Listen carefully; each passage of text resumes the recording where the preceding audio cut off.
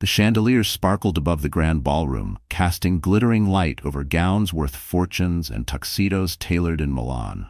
Waiters glided between tables with silver trays, laughter mingled with the clinking of crystal, and a string quartet played in the corner. It should have been the perfect charity gala, the kind of night the city's elite bragged about for months.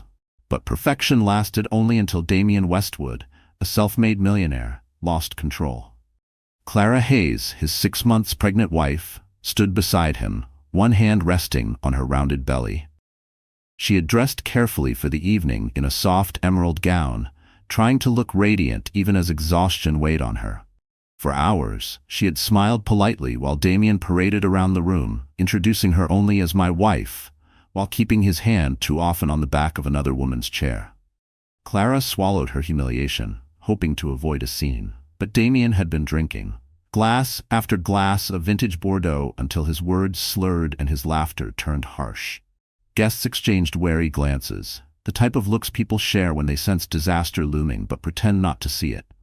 Clara tried to whisper, "Damien, maybe it's time to go home." Her voice was soft, pleading. Instead of listening, Damien's eyes darkened. He turned to her, his jaw tight. Always nagging Clara, always ruining the moment. He raised his hand, not to strike, but to hold his glass of red wine high above his head. For a brief second, the crowd hushed, unsure if he was about to propose a toast. Then, the unimaginable happened. With a sudden, violent motion, Damien hurled the glass at his wife. It wasn't just a spill. It wasn't an accident. The crystal shattered into sharp fragments as it slammed against the marble floor at Clara's feet, exploding like gunfire in the silent ballroom. Red wine splashed across her gown, staining the soft fabric in dark streaks that looked eerily like blood. Clara gasped, her hand tightening over her stomach as 1,000 eyes turned toward her. The mistress smirked in the corner, whispering something to her friends. Cameras flashed, phones recorded, gasps rippled like a wave. Someone shouted, "Call security!" Clara stumbled back, her heart racing, the sting of tears blurring her vision. For a terrifying moment, she felt a sharp cramp in her belly and thought she might collapse. Guests rushed forward, some reaching to help, others too frozen by the scandal to move. Then the sirens wailed outside. Police officers in dark uniforms stormed into the ballroom, pushing past the stunned crowd. Their radios crackled, their voices sharp. "Step aside, please. Make way." The music had stopped. The glittering illusion of wealth and power dissolved in an instant. Damien still held the neck of the shattered glass, his chest heaving, his face pale now that the consequences had arrived. Clara stood trembling, her body shaking not only from fear but from the realization that the world had just witnessed the truth about her marriage. And yet, what no one knew was that this was only the beginning, because Clara had a secret that would turn Damien's life upside down forever. The police reached for Damien's arm, and in that charged moment, the entire ballroom held its breath. Before the shattering glass, before the flashing cameras and the police storming into the ballroom, Clara Hayes had been just another woman trying to hold her world together. To the outside eye, she was the lucky wife of a millionaire. She lived in a penthouse with marble floors and floor-to-ceiling windows overlooking the Manhattan skyline. She wore designer gowns when Damien demanded her presence at events. She smiled for photographs even when her heart was breaking. But beneath the glitter, Clara's life was anything but enviable. Clara had grown up far from luxury. She was the daughter of a small-town mechanic and a school librarian in Ohio. Their lives were simple, filled with Friday night dinners at the local diner and summers chasing fireflies in the backyard. Clara's dream had never been riches. It had been art. She loved painting, loved the way colors could tell stories without words. She put herself through college working as a waitress, finally earning a degree in fine arts. It was at a gallery opening, while she was working part-time as an assistant, that she first met Damien Westwood. He was already successful back then, a man with sharp suits and sharper ambition. He charmed her with his confidence, dazzled her with promises of security and adventure. To Clara, who had always struggled to make ends meet, Damien seemed like a dream. Within a year, she became his wife. At first, he was attentive, even tender. He showered her with gifts she never asked for, spoke of their future with a conviction that made her believe she was safe. When Clara discovered she was pregnant, she thought her happiness was complete. She imagined building a family rooted in love, not money. But reality came fast and brutal. Damien's love turned conditional, his temper unpredictable. He criticized her body as it changed with pregnancy, belittled her artwork as childish hobbies, and reminded her constantly that everything she had was because of him. Whenever she resisted, he cut her off with a cold glare. "Don't forget who you are without me," he would say. Still, Clara tried. She cooked his favorite meals, attended his galas, stayed quiet when whispers of mistresses reached her ears. She told herself it was for the baby, that enduring his cruelty was worth giving her child a stable life. But every night, alone in their massive penthouse, she felt the walls closing in. Clara had secrets, though. She had kept her connections to the art world, small as they were. A gallery owner in Brooklyn still admired her work. An old college friend, now a lawyer, had once told her, "If you ever need help, call me." These tiny lifelines were tucked away, hidden from Damien, guarded like treasures. And then came the pregnancy complications. Exhaustion, dizziness, and quiet panic attacks she never confessed to her husband. She endured them silently, because Damien's eyes never softened at her pain. On the night of the gala, when Damien hurled the glass, Clara knew something inside her had broken too. Not just fear, but the illusion that she could survive by staying silent. Because for the first time, Clara realized that her silence might not only cost her dignity, it might cost her child's future. The Bright Horizons Charity Gala was the kind of night society pages adored. Hosted at the Crystal Renaissance Hotel, it was a spectacle designed to impress. Marble floors reflected the glow of chandeliers imported from Vienna. Tables were dressed in silk cloths embroidered with gold thread, while crystal vases overflowed with roses flown in from Paris that morning. A string quartet played Mozart in the corner, their polished bows gliding across strings as though the music itself were stitched into the fabric of the evening. Outside the hotel, black limousines lined the street, each door opening to reveal the city's elite. Business moguls with wives draped in diamonds, socialites in couture gowns, politicians hungry for photo ops, they all walked the red carpet into a world that sparkled on the surface but reeked of hidden agendas. The gala was more than charity. It was currency, a place where reputations were traded, alliances forged, and enemies quietly measured.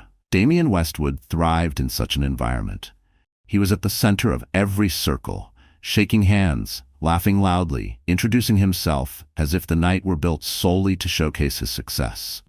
His tuxedo was sharp, his cufflinks heavy with platinum, his voice commanding enough to silence smaller men. He drank from his glass with the ease of someone who believed he owned the room. And by his side stood Clara.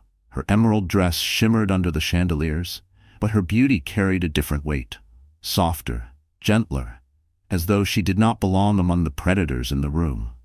She held her small clutch tightly, every smile she gave carefully rehearsed.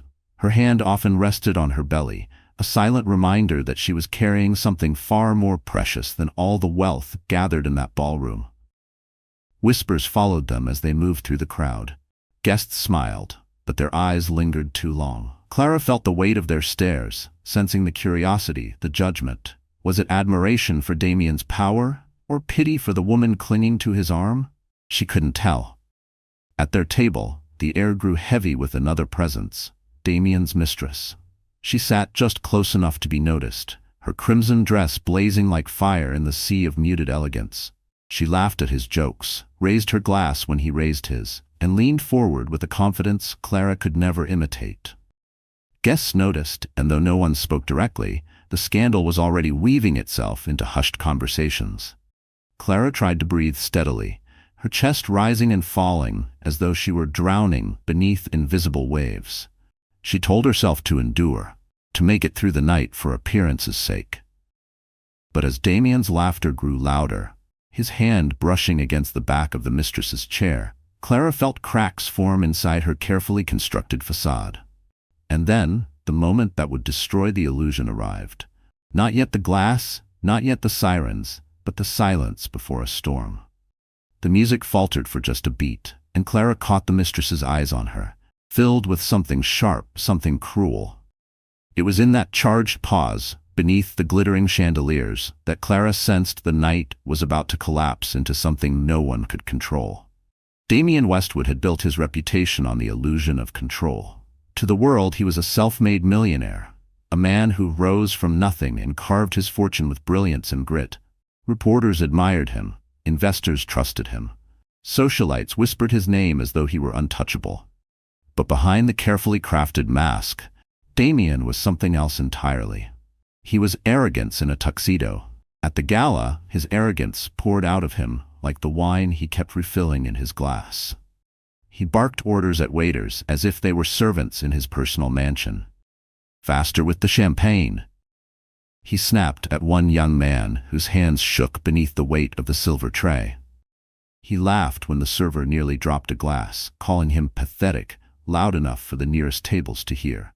The crowd chuckled nervously, eager not to be on the receiving end of his disdain. Then there was the way he flaunted his mistress. Roxanne Croft, 26 years old, all curves and cunning, dressed in a scarlet gown that clung to her body like fire. Damien leaned close to her, whispering things that made her laugh a little too loudly. He brushed her hair from her shoulder as though his wife, seated only a few feet away, didn't exist. Guests tried to avert their eyes, but scandal was oxygen in a room like this.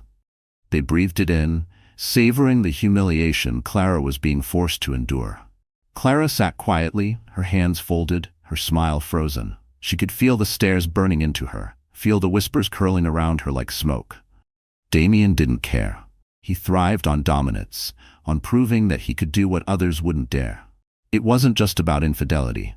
It was about cruelty. Damien took Clara's glass of sparkling water and replaced it with a flute of champagne, smirking as he pushed it toward her. "Come on, darling," he said loud enough for the table to hear. "A little drink won't hurt. Stop being so boring." Clara shook her head gently, resting her hand on her belly. The others chuckled at his joke, but she caught the flicker of unease in a few eyes. They knew she was pregnant, and his mockery wasn't charming. It was chilling. But Damien didn't notice. He never noticed. He was too wrapped in himself. His stories grew louder, embellished with each sip of wine. He bragged about the deal he'd closed, the competitors he'd crushed, the empire he was still building. He spoke as though money was his crown and the world his kingdom. Every sentence carried the same message. He was untouchable. Yet cracks were showing. His words slurred, his gestures sharpened. Roxanne tried to soothe him with a hand on his arm, but he shrugged her off with a glare. The room was watching now, silent beneath the music. Clara lowered her eyes, wishing the ground would swallow her whole. And then Damien turned his gaze on her. His smile vanished, replaced with a sneer.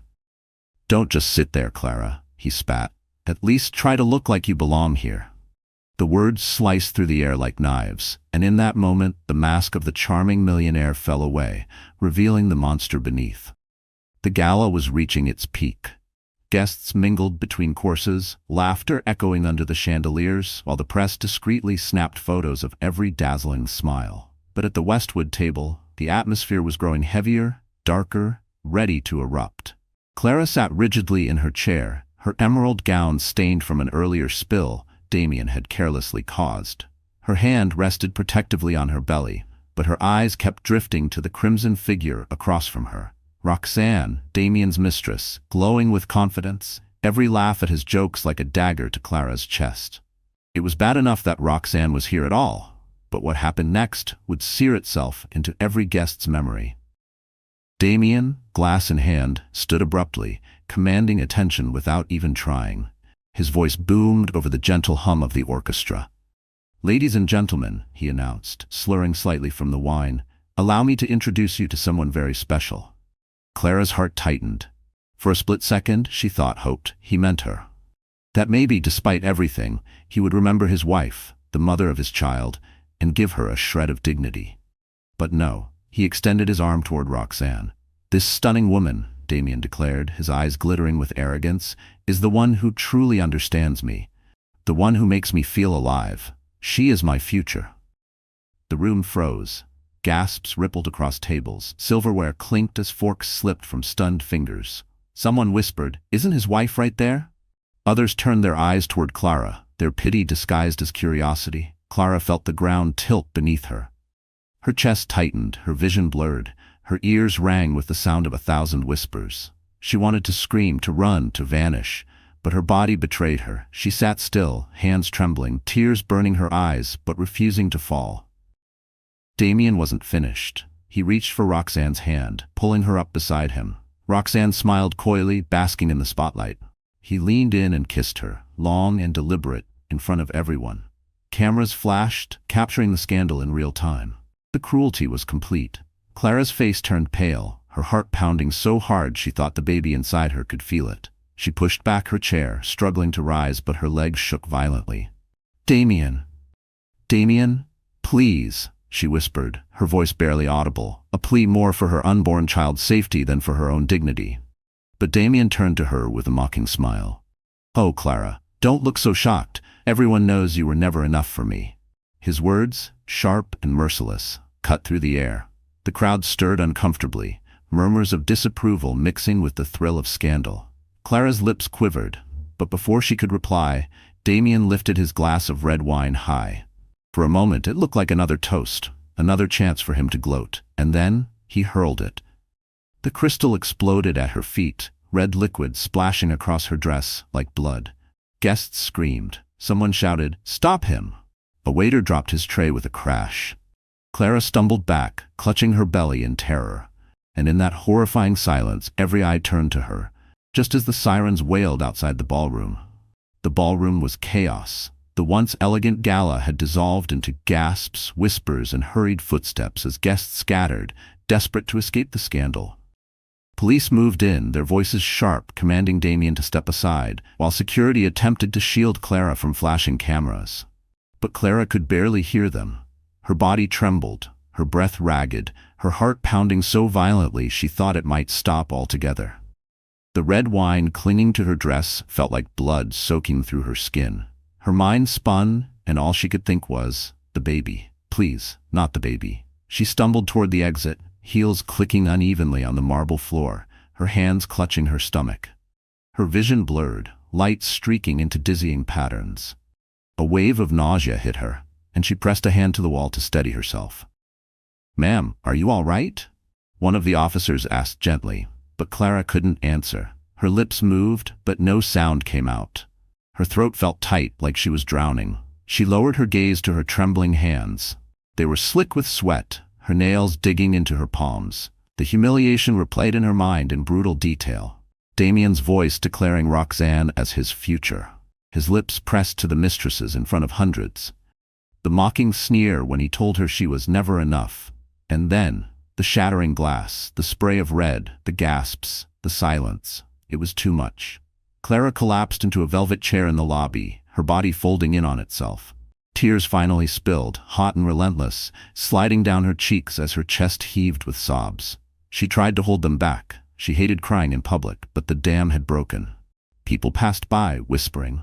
Some pitied her. Others filmed her with their phones, hungry for a viral clip. Clara turned her face away, but there was no hiding. She was exposed, stripped of dignity, broken.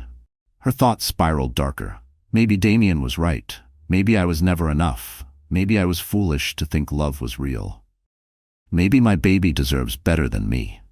The self-blame was poison, seeping deeper with every heartbeat. Her stomach cramped sharply, pulling a strangled cry from her lips. She pressed both hands over her belly, rocking slightly, whispering through tears, "I'm sorry, little one. I'm so sorry." For a terrifying moment, she thought she might lose the baby right there, in the middle of the hotel lobby, under the cold eyes of strangers. Her breaths came in shallow gasps, panic clawing at her chest. Then, through the blur, she heard a voice. Calm, steady, familiar. "Clara, breathe. You're going to be all right." She looked up through tear-stained lashes, disoriented. A man stood before her, tall, his presence anchoring the storm inside her. His voice cut through the chaos like a lifeline. Her lips parted in shock, recognition dawning. She knew that voice. She knew that face. It had been years, but she could never forget. And in that instant, as her world crumbled, Clara realized she was no longer alone. Someone from her past had just stepped back into her life. Clara blinked through her tears, her breath still uneven, her hands clutched protectively around her belly. For a moment she thought she was hallucinating, that her grief had conjured up a ghost from her past. But no, The man standing before her was real, solid. His presence commanded the space, making even the chaos of the lobby fall into a hush. "Clara," he repeated softly, his voice carrying both urgency and warmth. "It's me, Ethan." Her heart skipped. Ethan Blackwell. The name alone unlocked 1,000 buried memories. He had been her college friend, her confidant, the one who had once believed in her art when no one else did. They had drifted apart when life pulled them in different directions. She into Damien's glittering world, he into a business empire of his own. Rumors had painted Ethan as a ruthless CEO, a man feared on Wall Street. Yet standing in front of her now, his eyes weren't cold. They were steady, concerned, and heartbreakingly kind. Clara struggled to form words. "Ethan, what are you? How are you here?" "I was invited to the gala," he said simply, pulling a handkerchief from his pocket and offering it to her. "And then I saw what happened. I couldn't stand by." She hesitated, but her trembling fingers extended up the fabric. She dabbed at her tear-streaked cheeks, trying to compose herself, though her body still shook. "Everyone saw," she whispered bitterly. "Everyone. He humiliated me in front of the whole city." Ethan's jaw tightened, a shadow of anger flashing across his face. "Clara, what Damien did wasn't just humiliating, it was criminal. Throwing that glass at you, endangering you and your baby. He crossed a line tonight that he can't come back from." Her lips quivered, her strength wavering. "But what can I do? He controls everything. The money, the house, even the people around me. I have nothing." Ethan crouched slightly, bringing himself to her eye level, his voice lowered, firm yet reassuring. "That's not true. You have more than you realize, and you are not alone anymore." Something about the way he said it made Clara's breath catch. For the first time since the glass shattered, she felt a flicker of safety, of hope. She looked into Ethan's eyes and saw no pity, only resolve. Still, doubt gnawed at her. "Why are you helping me? After all these years, why now?" He held her gaze steadily. "Because I should have helped you long ago. Because I watched you disappear into Damien's shadow, and I regretted every day that I didn't stop it. And because—" He hesitated, his voice softening. "Because you and your child deserve better than this nightmare." Clara's chest tightened with emotion. For a moment she let herself believe him. The chaos of the hotel, the flashing cameras outside, even the pain in her heart seemed to fade under the weight of his words. But before she could answer, a sharp voice echoed across the lobby. "Clara." She froze, her body stiffening. Damien had broken free from the police officers, his face flushed with rage, his eyes locked on her like a predator spotting prey. And in that moment, Clara realized the night's horror was far from over, because Damien wasn't finished with her yet.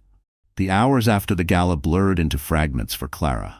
Sirens fading into the night, police reports scribbled onto forms, the echo of Damien's furious shouts as security dragged him away. But through it all, Ethan never left her side. His steady presence anchored her when she felt as if she were drowning. He guided her gently into his car, away from the flashing cameras. The leather seat smelled faintly of cedar and safety. For the first time in months, maybe years, Clara let herself exhale without fear of Damien's voice snapping at her. She leaned against the window, clutching her belly, whispering to her unborn child, "We're safe. At least for tonight." Ethan didn't press her to talk. He only drove in silence, giving her the space to breathe. Finally, he pulled up to a sleek apartment building in Midtown. Not ostentatious like Damien's penthouse, but elegant and private. "Stay here," Ethan said softly, "just until you decide your next step." Clara hesitated. "I can't. I don't want to be a burden." Ethan's eyes met hers. "You're not a burden, Clara. You're someone who deserves protection, and right now, I can give you that." The apartment itself was warm, with soft lighting and modern furniture that somehow felt welcoming instead of cold. Clara sank into the couch, her exhaustion weighing her down. But beneath that fatigue, a spark ignited, something she hadn't felt in a long time. Safety. Possibility. That night, as she lay awake staring at the ceiling, memories replayed like broken film reels. Damien's cruelty, the humiliation, the glass shattering at her feet. She pressed her hands to her belly, whispering, "I can't let him destroy us. I won't." For the first time, her words weren't desperate. They were a vow. The next morning, Ethan knocked gently before entering the living room with 2 mugs of tea. "Green tea for me, chamomile for you," he said with a faint smile. Thought you could use something calming. Clara accepted it, her fingers brushing his for a fleeting second. Warmth spread through her chest, not just from the tea but from his quiet kindness. I want to fight back, she said suddenly. Her voice was still fragile, but it carried an edge of determination. Ethan leaned forward. Then let's do it. Damien has money and influence, but I have resources too.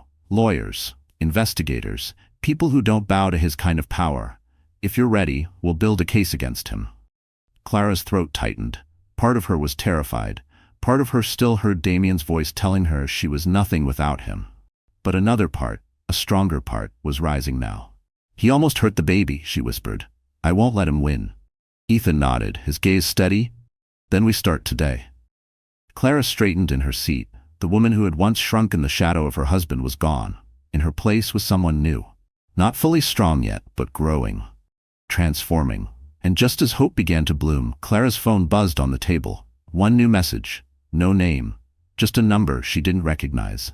She opened it, and her blood ran cold. The text read, You think you're safe with him? You have no idea what's coming. The message still glowed on Clara's phone screen, its threat burning into her eyes. You think you're safe with him? You have no idea what's coming. Her stomach tightened with dread, but instead of collapsing in fear, she clenched the phone in her hand. Damien wanted her terrified, paralyzed. Not this time. Ethan noticed the shift in her expression. What is it? She showed him the message. His jaw tightened, his eyes narrowing. It's him. He's trying to intimidate you. Clara's voice trembled, but carried a steel edge. He won't stop until he destroys me. Unless I destroy him first. The words shocked even her. For months, she had endured, silenced, hoping Damien would change, that love could save their marriage. But love was long gone. Tonight, she understood. The only way forward was to expose him. To make the world see the monster behind the millionaire mask. Ethan leaned back, studying her. Then we do it smart. You don't fight someone like Damien with emotion. You fight him with evidence, timing, and precision. And when we're done, he won't be able to hurt you or your child ever again. The plan began that very morning. Ethan contacted his team of private investigators, people who had uncovered scandals that toppled CEOs. Clara sat with them, hands folded, listening as they detailed what they already knew. Damien's offshore accounts, his mistress's luxury condo, paid in cash, secret recordings of him threatening employees. The trail of corruption was long and ugly. But what made Clara's chest tighten with both fear and resolve was the evidence they already had from the gala. Dozens of videos of him throwing the glass.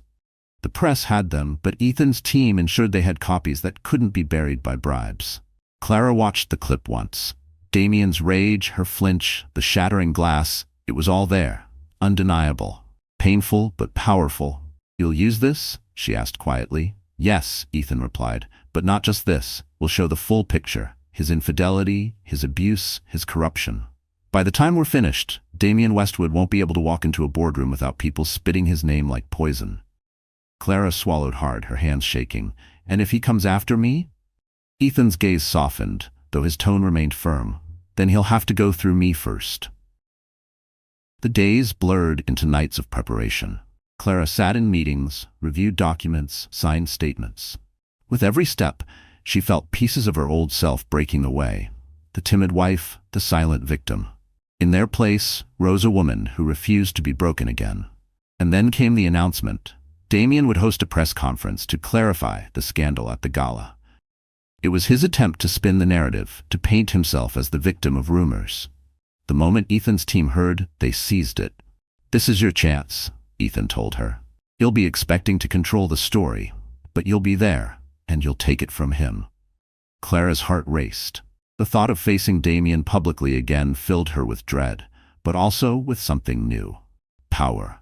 Because this time, when the cameras turned on, the world wouldn't see a broken wife.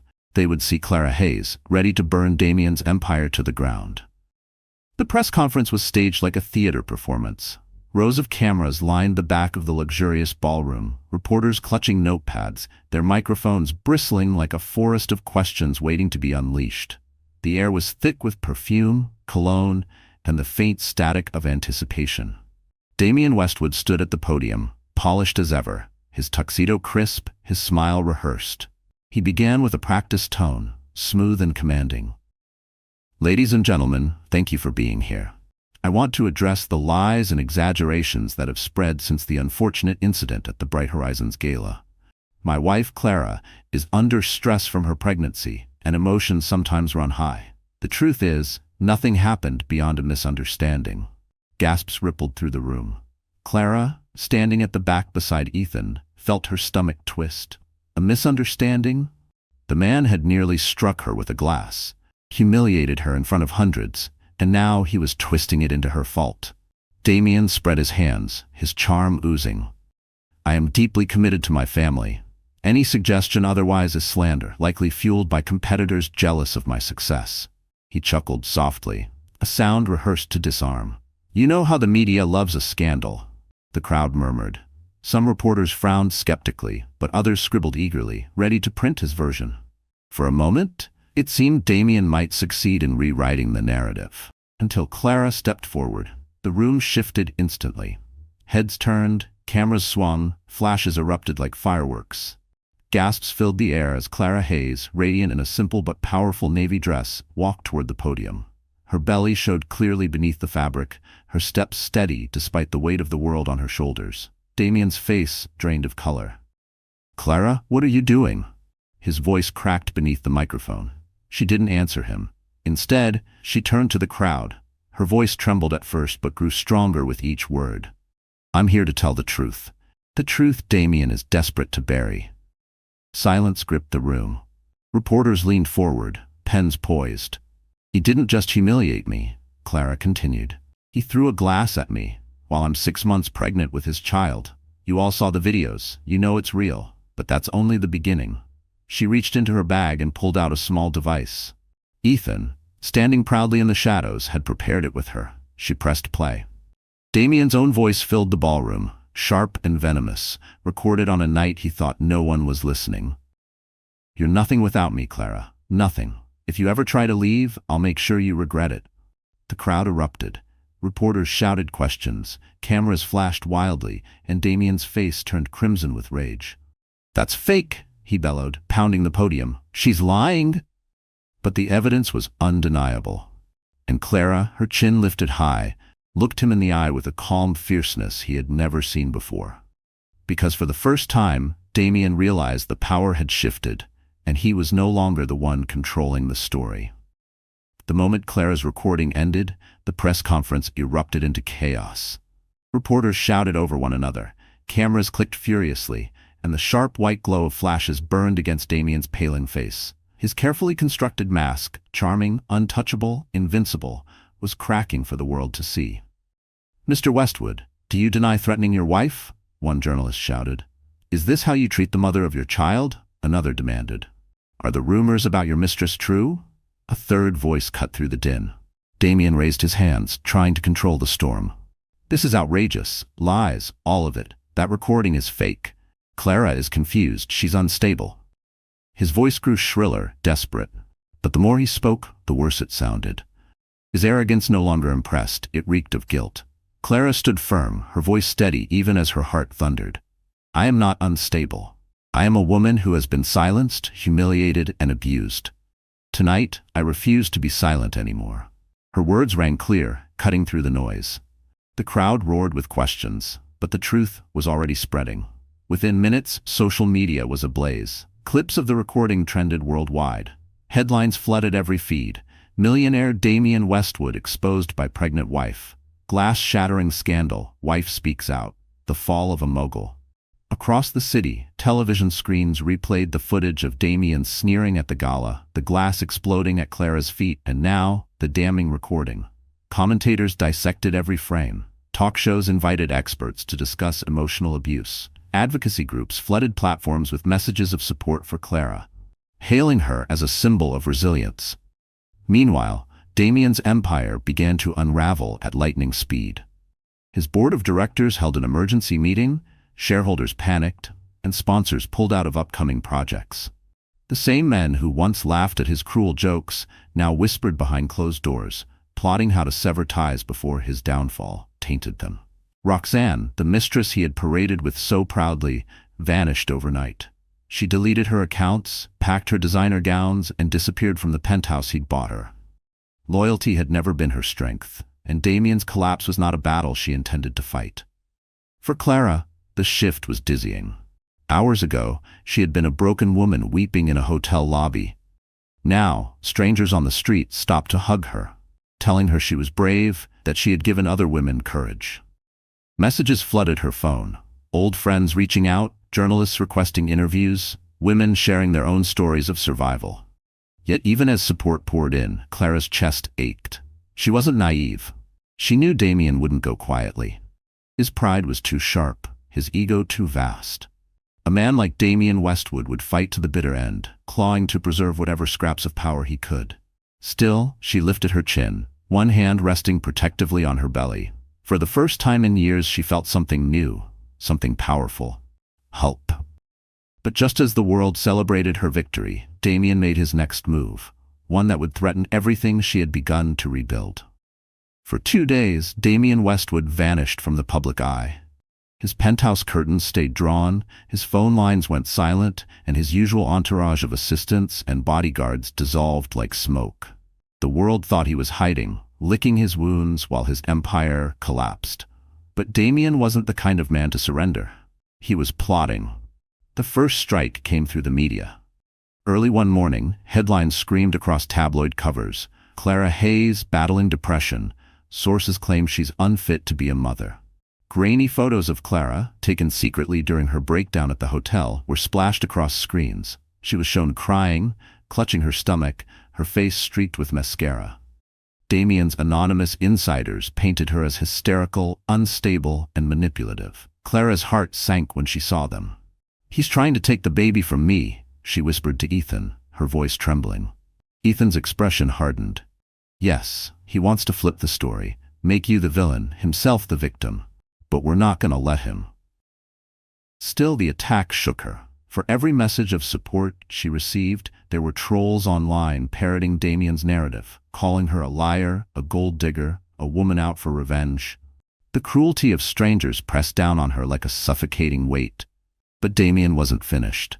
His lawyers filed an emergency petition in court, claiming Clara was mentally unfit and demanding temporary custody of their unborn child once delivered. It was outrageous, manipulative, and cruel, but exactly the kind of move Damien thrived on. Clara sat in Ethan's office, her hands shaking as she held the papers. "He wants to take my baby," she said, her voice breaking, "even before it's born." Ethan leaned across the desk, his voice low and steady. "He won't succeed. We'll fight this. I promise you, Clara, he will not win." But Damien's reach was vast. Judges, politicians, old friends from elite circles. He called in every favor, offering bribes, twisting arms, spinning lies. Soon, whispers filled the city that maybe Clara wasn't so innocent. Maybe Damien had been the wronged husband after all. The pressure mounted. Paparazzi camped outside Ethan's building, shouting cruel questions whenever Clara stepped out. "Are you unstable, Clara? Do you drink while pregnant? Did you fake the abuse?" Each word cut deeper, reopening wounds she thought were healing. One night, Clara sat curled on Ethan's couch, tears streaming silently down her face. "Maybe he's right," she whispered. "Maybe I'm not strong enough for this." Ethan knelt beside her, gently lifting her chin until her eyes met his. "Don't you dare believe that. Damien is powerful, yes, but he's also desperate. Desperation makes men reckless, and recklessness makes them weak. You're stronger than you know, Clara. And I'll stand with you every step of the way." Her chest ached, but she nodded. A flicker of determination returned to her eyes. Because while Damien was preparing his next ruthless strike, Clara was quietly gathering the one weapon he could never defend against: the truth. The legal battle was heating up, and every day felt like a war Clara wasn't sure she could win. Damien's lawyers flooded the court with motions, his allies filled the press with venom, and Clara felt trapped in a maze designed to crush her. But then, in the middle of despair, came the first glimmer of hope. It happened late one evening. Clara sat in Ethan's office, reviewing documents his team had collected. Piles of contracts, receipts, bank statements, all of it painted Damien as greedy and corrupt, but none of it seemed powerful enough to end him. Clara's eyes blurred from exhaustion as she flipped through another stack of papers. Then her fingers froze. It was an old email chain, buried deep in archived files from Damien's company. At first, it looked like routine business, project updates, financial forecasts. But hidden between the lines was a single message, marked confidential. Clara's pulse quickened as she read it. It was Damien, instructing a partner to move the funds offshore before the board catches on. Attached were records of secret accounts in the Cayman Islands, millions siphoned from investors. Fraud, embezzlement, crimes that could destroy not just his reputation, but his freedom. Clara's hands shook as she handed the file to Ethan. He read in silence, his jaw tightening with every line. Finally, he looked up, his eyes blazing. "Clara, this isn't just evidence. This is a bomb. If we drop this, Damien won't just lose his empire. He could go to prison." Her breath caught. The thought of Damien behind bars seemed almost unreal. But part of her hesitated. If I use this, if the world sees this, won't he come after me even harder? Ethan leaned forward, his voice firm. "He already is. He wants to take your child. He wants to break you. This isn't just about survival anymore. It's about ending him before he ends you." Clara sat back, pressing a hand to her belly. The baby kicked gently, as if reminding her what was at stake. She closed her eyes, inhaled deeply, and nodded. "Then we use it." The next days were a blur of strategy. Ethan's investigators verified the accounts, traced the money, and secured testimony from a former employee Damien had bullied into silence. The puzzle came together piece by piece, forming a picture so damning it made even the toughest lawyers flinch. But the most powerful piece was still Clara's. In Damien's arrogance, he had once boasted to her late at night after too much wine, bragging about how untouchable he was. Clara had quietly recorded the conversation, storing it away on an old phone she thought she'd never use. Now, listening to his drunken voice brag about hiding millions offshore, she realized she held the nail for his coffin. Ethan placed the phone gently on the table between them. This, combined with the documents, it's over for him. Clara's chest tightened. For the first time, she felt like victory wasn't just possible. It was inevitable. But just as they prepared to deliver the evidence to the authorities, Clara's phone buzzed again. Another anonymous message. This time it wasn't a threat. It was a photo. Her own apartment, lights on, curtains drawn back. Someone was watching her. The photo burned in Clara's mind long after the message disappeared from her phone screen. It was her apartment window, captured from the street at night, the curtains drawn back. Someone had been watching her, close enough to take a picture, bold enough to send it. Her stomach twisted. This wasn't just Damien's lawyers or his smear campaigns. This was a threat, a warning. She showed the message to Ethan, her voice trembling. "He knows where I am. He's not just trying to ruin me in court. He's watching me." Ethan's jaw tightened. "Then we take this seriously. I'll have security posted outside. No one gets near you without going through them." But Clara's unease lingered. She moved carefully through the apartment, closing blinds, checking locks, double-guessing every sound in the hallway. The safe haven Ethan had given her now felt like a cage under surveillance. 2 nights later, the threats escalated. Clara returned from a prenatal checkup to find an envelope taped to the apartment door. Inside was a single page, scrawled in Damien's handwriting. "You think you're clever, Clara, but you and that baby are mine. Don't forget it." Her knees nearly buckled as she read it. Every letter screamed possession, control, the same cruelty she had endured in whispers at home now carved into paper. Ethan read the note and immediately called the police. Officers came, documented the threat, and promised to investigate. But Clara saw the doubt in their eyes. Damien was powerful. His money bought silence, favors, protection. Would they really stand against him? The following day proved her fear right. On her way to meet Ethan at his office, Clara noticed a black car trailing behind hers. At first, she thought it coincidence, but every turn she made, the car followed.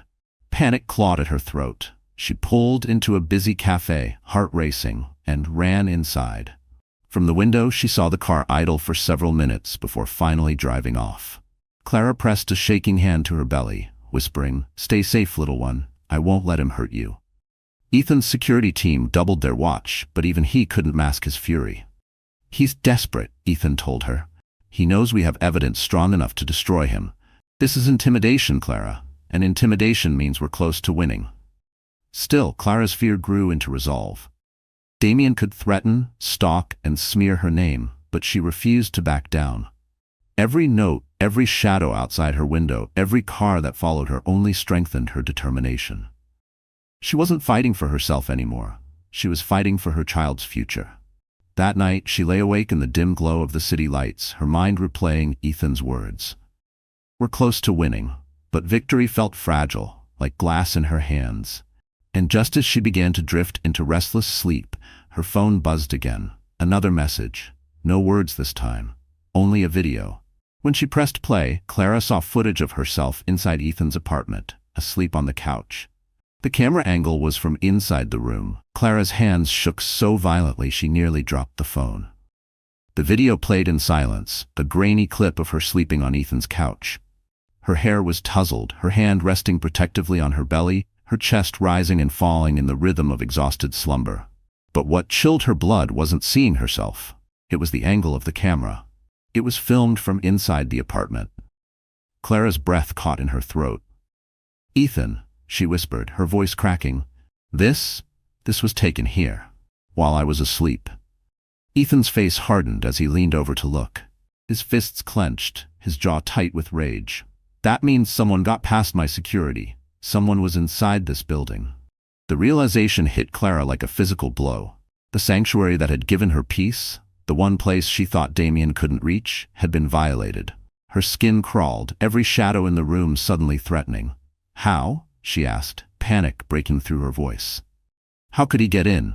Ethan's eyes narrowed. "He couldn't. Not on his own. Someone had to let him in." The word hung between them like poison. Betrayal. Ethan immediately called his head of security, demanding answers. Within minutes, his team scoured the building, checking surveillance feeds, reviewing logs.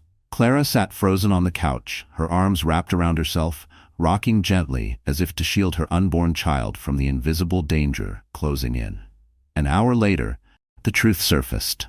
One of the night guards, an older man with years on the job, had been bribed, paid in cash to look the other way while someone entered Ethan's floor.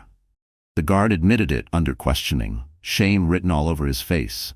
"It was Westwood's men," he confessed. "They said it was just to drop off papers. I didn't think." Clara's stomach churned. Damien's reach was everywhere, his money able to buy silence, even loyalty. No matter where she ran, he found a way to invade. Ethan dismissed the guard and tightened security, but Clara could see the fury burning in his eyes.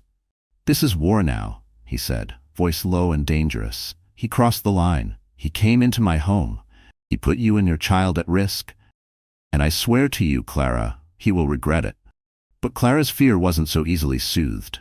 Every creak of the floor, every flicker of light made her jump. She couldn't shake the image of someone standing over her as she slept, watching her with unseen eyes. It was more than intimidation now. It was psychological torture. That night, she didn't sleep. She sat awake, staring out the window, determination slowly replacing terror.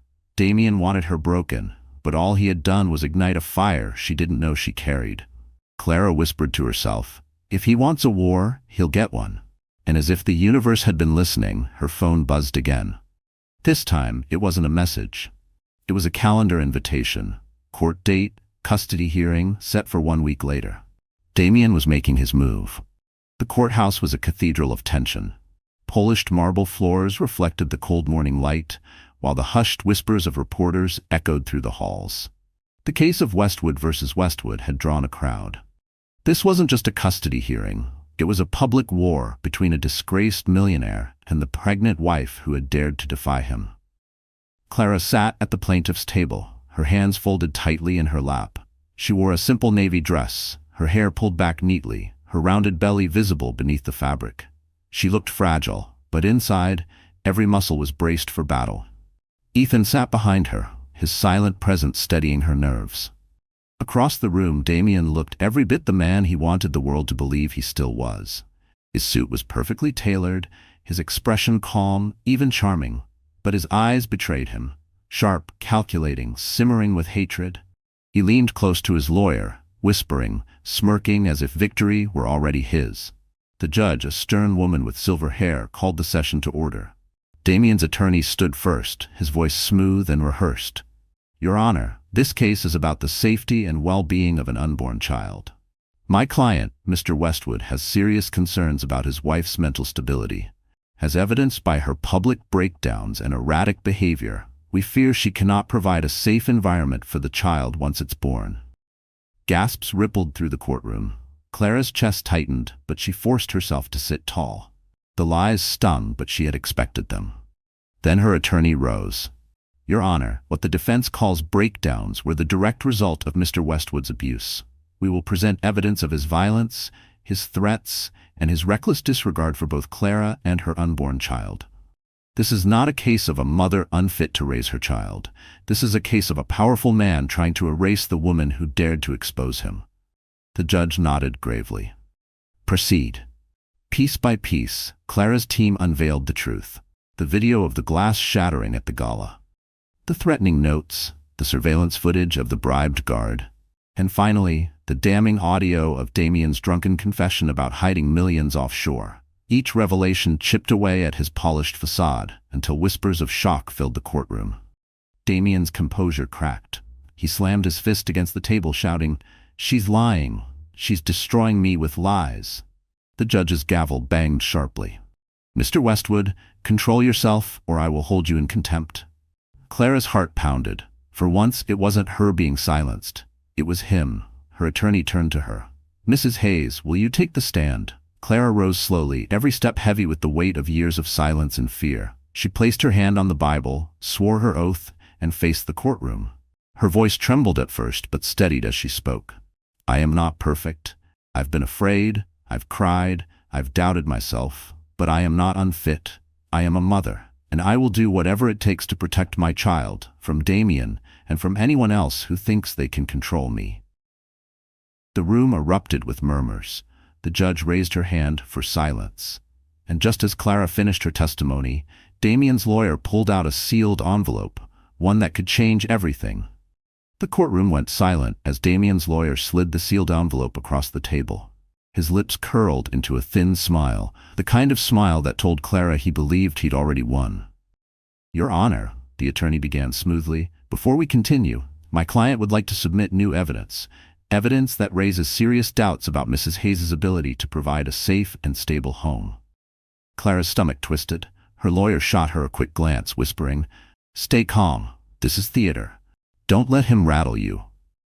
But Clara's palms grew clammy. She had seen that smug expression on Damien's face before. It meant he was certain he had found a way to crush her. The judge opened the envelope, pulling out glossy photographs. She studied them with a frown before passing them to the clerk, who placed them on the screen for the courtroom to see.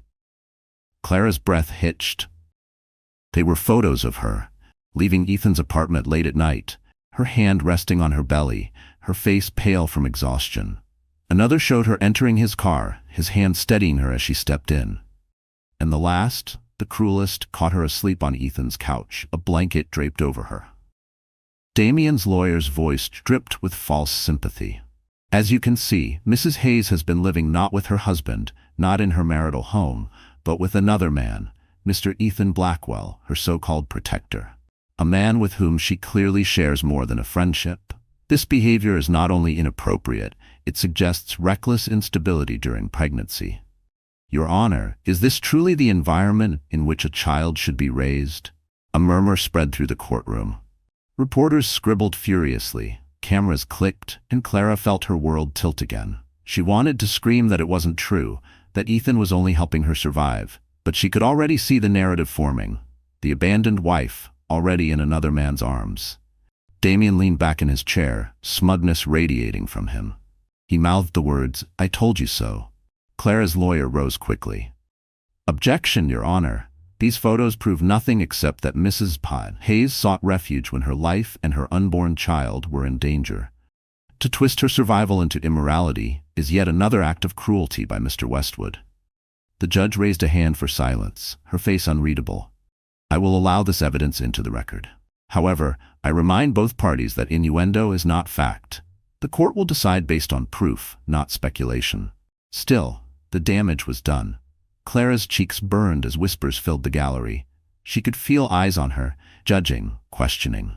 Her heart pounded against her ribs, her baby kicking anxiously inside her. She lowered her gaze, gripping the edge of the table. For a moment, doubt threatened to drown her. Was Damien going to win after all? Was the world going to believe his lies again? Ethan leaned close, his voice barely above a whisper. "Clara, look at me." She lifted her tear-filled eyes. "This isn't the end. We still have what he fears most, the evidence. When we play it, his entire empire will collapse." Clara nodded, drawing strength from his words. But before they could present their bombshell, Damien rose suddenly with a smirk and announced he had one final witness waiting outside. The courtroom doors creaked open, and every head turned. Damien's smirk widened as the bailiff escorted in a woman Clara hadn't seen in years. Her breath caught. No, not her. It was Marissa, her former college roommate, once a close friend, now a ghost from a painful past. Marissa looked polished, her tailored suit crisp, her hair swept neatly into a bun. But her eyes, sharp and cold, told Clara this wasn't a reunion of friends. "Your Honor," Damien's lawyer said smoothly, "we call Marissa Collins to the stand." Clara's stomach twisted. She remembered the last time they had spoken. Years ago, after a bitter falling out when Marissa accused Clara of abandoning her friends once Damien entered the picture. Marissa had always envied the attention Clara received in the art department, and Clara had walked away from the friendship rather than fuel the bitterness. She never thought she would see her again, let alone here, weaponized by Damien. Marissa took the oath and sat confidently, her gaze briefly flicking to Clara with something between disdain and triumph. "Miss Collins," Damien's lawyer began, "can you tell the court about your knowledge of Mrs. Hayes's mental state?" Marissa leaned into the microphone, her voice calm, almost sympathetic. "Yes. I lived with Clara during college. She struggled with mood swings, intense anxiety, and periods of depression. She often said she felt like she wasn't good enough, that the world was against her. Once, she even locked herself in her room for days after a breakup." Gasps rippled through the gallery. Clara's chest tightened, her hands trembling against the table. Marissa continued, her words cutting deeper with every sentence. "I cared about her, I really did, but Clara has always been fragile. I'm not saying she's a bad person, just that she's unstable. And raising a child, well, I worry she won't be able to handle the pressure." Damien's lawyer nodded approvingly. "Thank you, Miss Collins. No further questions." Clara's lawyer rose swiftly, his tone sharp. "Miss Collins, when was the last time you saw Clara Hayes?" Marissa blinked. "Years ago, maybe 6 or 7. "So you have no first-hand knowledge of her current life, her current stability, or her ability to care for her unborn child?" Marissa hesitated. "Not first-hand, no." The lawyer pressed harder. "And isn't it true that you and Clara ended your friendship on bad terms? That there were unresolved resentments?" Marissa stiffened. "That's irrelevant." "On the contrary," the lawyer countered, turning to the judge. "This testimony isn't about Clara's present. It's about dredging up half-truths from the past, delivered by someone with clear personal bias." Clara sat frozen, her heart pounding. The words were true, but she couldn't stop the sting of betrayal. Marissa had once been like a sister to her. Now she was a dagger in Damien's hand. The judge looked unimpressed. "Noted. Miss Collins, you may step down." As Marissa left the stand, she cast Clara one final look, lips curving into a faint, victorious smile. Clara's throat tightened with rage and grief. Ethan leaned close, whispering, "He's grasping at ghosts. Don't let this shake you." Clara nodded faintly, but her insides trembled. And then Damien rose again, his voice smug as he declared, "Your Honor, before the defense rests, I have one more piece of evidence, something that will shatter Mrs. Hayes's credibility once and for all." Damien's footsteps echoed as he strode to the center of the courtroom, a predator savoring the kill. His smirk was sharp, his eyes glittering with cruel triumph. He held a slim folder in his hand, the contents clutched like a loaded weapon. "Your Honor," he said smoothly, "before the court makes any decision, I must submit this. It proves beyond any doubt that my wife has lied, manipulated, and deceived you all." The bailiff carried the folder to the judge. Clara's heart slammed against her ribs. She gripped the edge of the table, her knuckles white. Ethan leaned forward, whispering, "Stay strong. He's desperate. This is theater." But even he looked tense, his jaw tight. The judge opened the folder. Inside were printed bank statements, highlighted in garish yellow. She flipped through several pages before raising her brow. "Mr. Westwood, these appear to be financial transfers in Mrs. Hayes's name. Explain." Damien's grin widened. Gladly. Ladies and gentlemen, while Clara paints herself as a victim, here is proof she has secretly moved thousands of dollars into a hidden account. An account under her maiden name. Money taken from our joint finances without my knowledge. Gasps rippled through the courtroom. Clara's stomach dropped. She stared at the papers on the projector screen, her name glaring back at her. Damien's lawyer pounced. Clearly, Mrs. Hayes planned this. She wasn't a helpless victim. She was siphoning funds, preparing to run away with another man, perhaps even with Mr. Blackwell here. He gestured toward Ethan with mock disgust. This is not the behavior of a responsible mother. This is fraud. This is betrayal. Reporters scribbled furiously, cameras flashing. Clara's ears roared, the murmurs of the gallery blurring into a storm of judgment. Her voice cracked as she whispered, I never did that. I didn't take his money. But Damien's voice boomed over hers, slick and confident. Lies, Clara, always lies. First you smeared me with fake recordings, now you pretend you didn't touch the accounts? These transfers prove otherwise. Tell them, Clara, tell them how you've been stealing from me while pretending to be some tragic victim. Clara's chest tightened, her throat dry. She wanted to scream, to fight, but fear threatened to choke her. What if the court believed him? What if they saw her not as a mother fighting for her child, but as a thief? Ethan rose suddenly, his voice calm but commanding. Your Honor, we request a recess to review this so-called evidence. My client has nothing to hide, and we will prove these documents are forged. The judge studied both sides before nodding. Very well. Court will reconvene in 1 hour. She banged her gavel, and the room erupted into noise. Clara sat frozen, tears pricking her eyes. He's winning, she whispered. He's turning everything against me. Ethan placed a hand over hers. His eyes blazed with certainty. No, Clara. He just fired his last bullet, and when we return, we'll show the world it's nothing but smoke and lies. Clara swallowed hard, her fear warring with hope. But as she stood to leave the courtroom, a reporter shoved a phone in her face, already flashing headlines. Clara Hayes accused of secret fraud. The world was turning against her. The recess felt like an eternity. Clara paced the small consultation room, her hands trembling as she clutched the forged bank documents Damien had unveiled. Headlines already flooded the internet, branding her a thief, a manipulator, an unfit mother. The weight of it pressed down on her chest until she could hardly breathe. What if they believe him? She whispered, her voice breaking. What if I lose the baby to him? Ethan gripped her shoulders, his gaze unwavering. Listen to me, Clara. This is his last desperate move, and we can prove it. Trust me, you are not losing today. When the court reconvened, the tension was suffocating. Damien strutted back to his seat, smug and certain, while reporters leaned forward like vultures awaiting the kill. Clara sat tall, though her heart hammered in her chest. The judge rapped the gavel. Court is back in session. Mr. Blackwell, you may proceed. Ethan rose, holding a slim black folder. Your Honor, the defense claims my client siphoned funds into a secret account. We reviewed the documents, and here is what we found. He handed them to the bailiff, who delivered them to the bench. The judge examined the papers, her brows furrowing. These statements, Ethan continued, bear Mrs. Hayes' name, but the account number listed belongs not to her, but to a shell company registered in the Cayman Islands. A company traced back to. He turned, his voice cutting like steel. Damien Westwood himself. A stunned silence gripped the courtroom. Damien shifted in his chair, his smirk faltering. Ethan pressed on. Furthermore, we obtained the metadata from the files. They were created less than a week ago by someone on Damien's legal team. In other words, Your Honor, this so-called evidence is a forgery.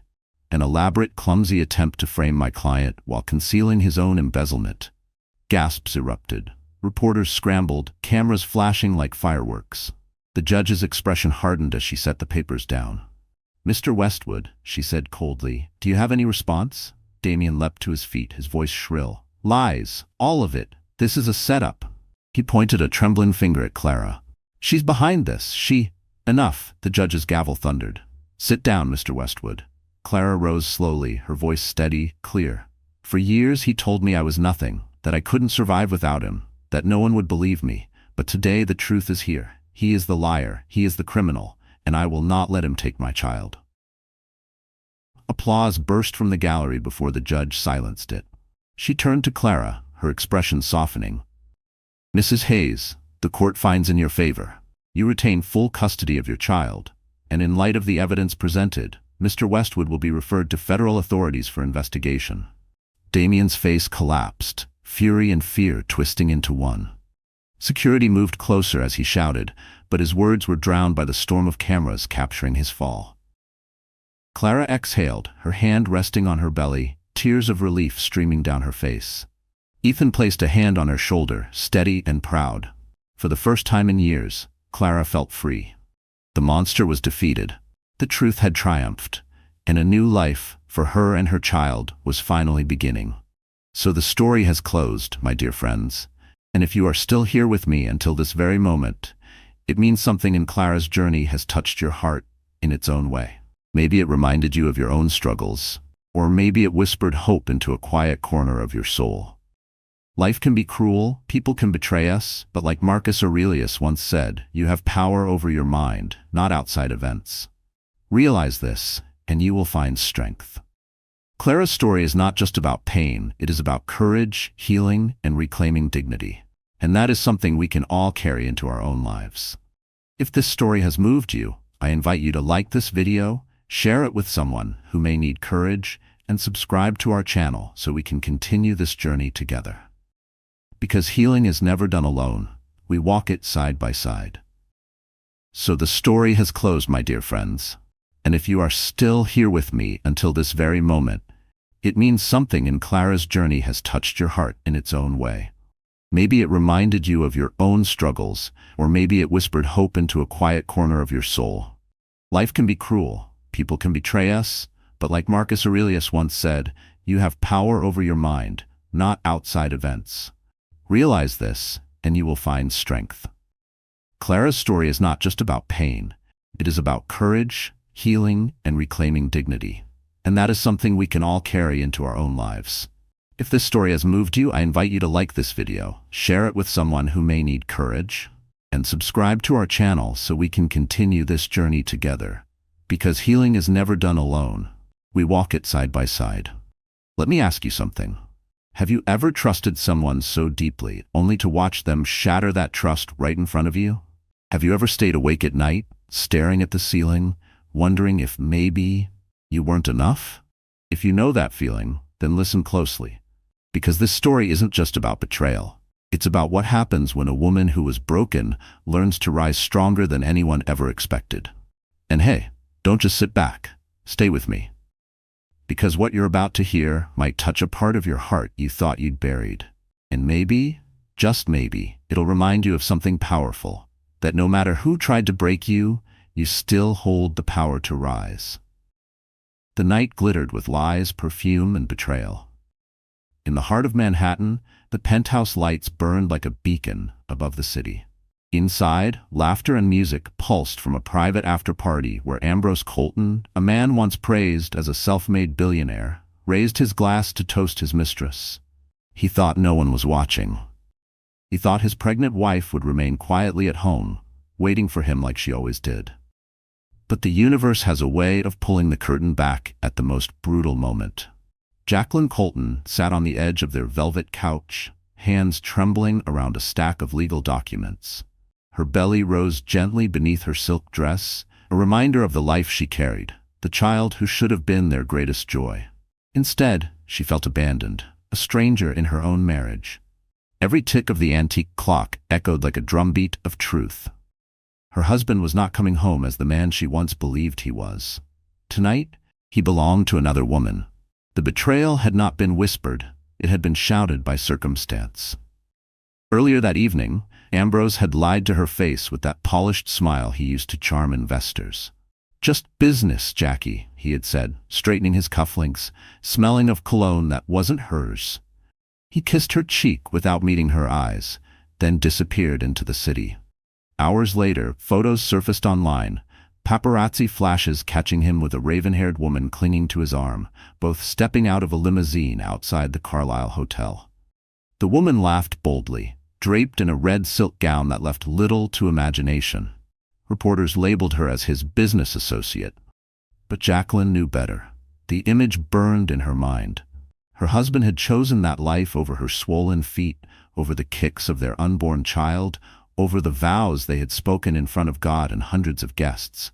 She wanted to scream, to smash the framed wedding photos that lined their marble hallway. But she sat still, heart thudding, a quiet storm gathering in her chest. When the key finally turned in the lock hours before dawn, Ambrose stumbled in with the smug exhaustion of a man who had lived a double life too long. His tuxedo hung open, his tie loosened, his eyes glassy with champagne.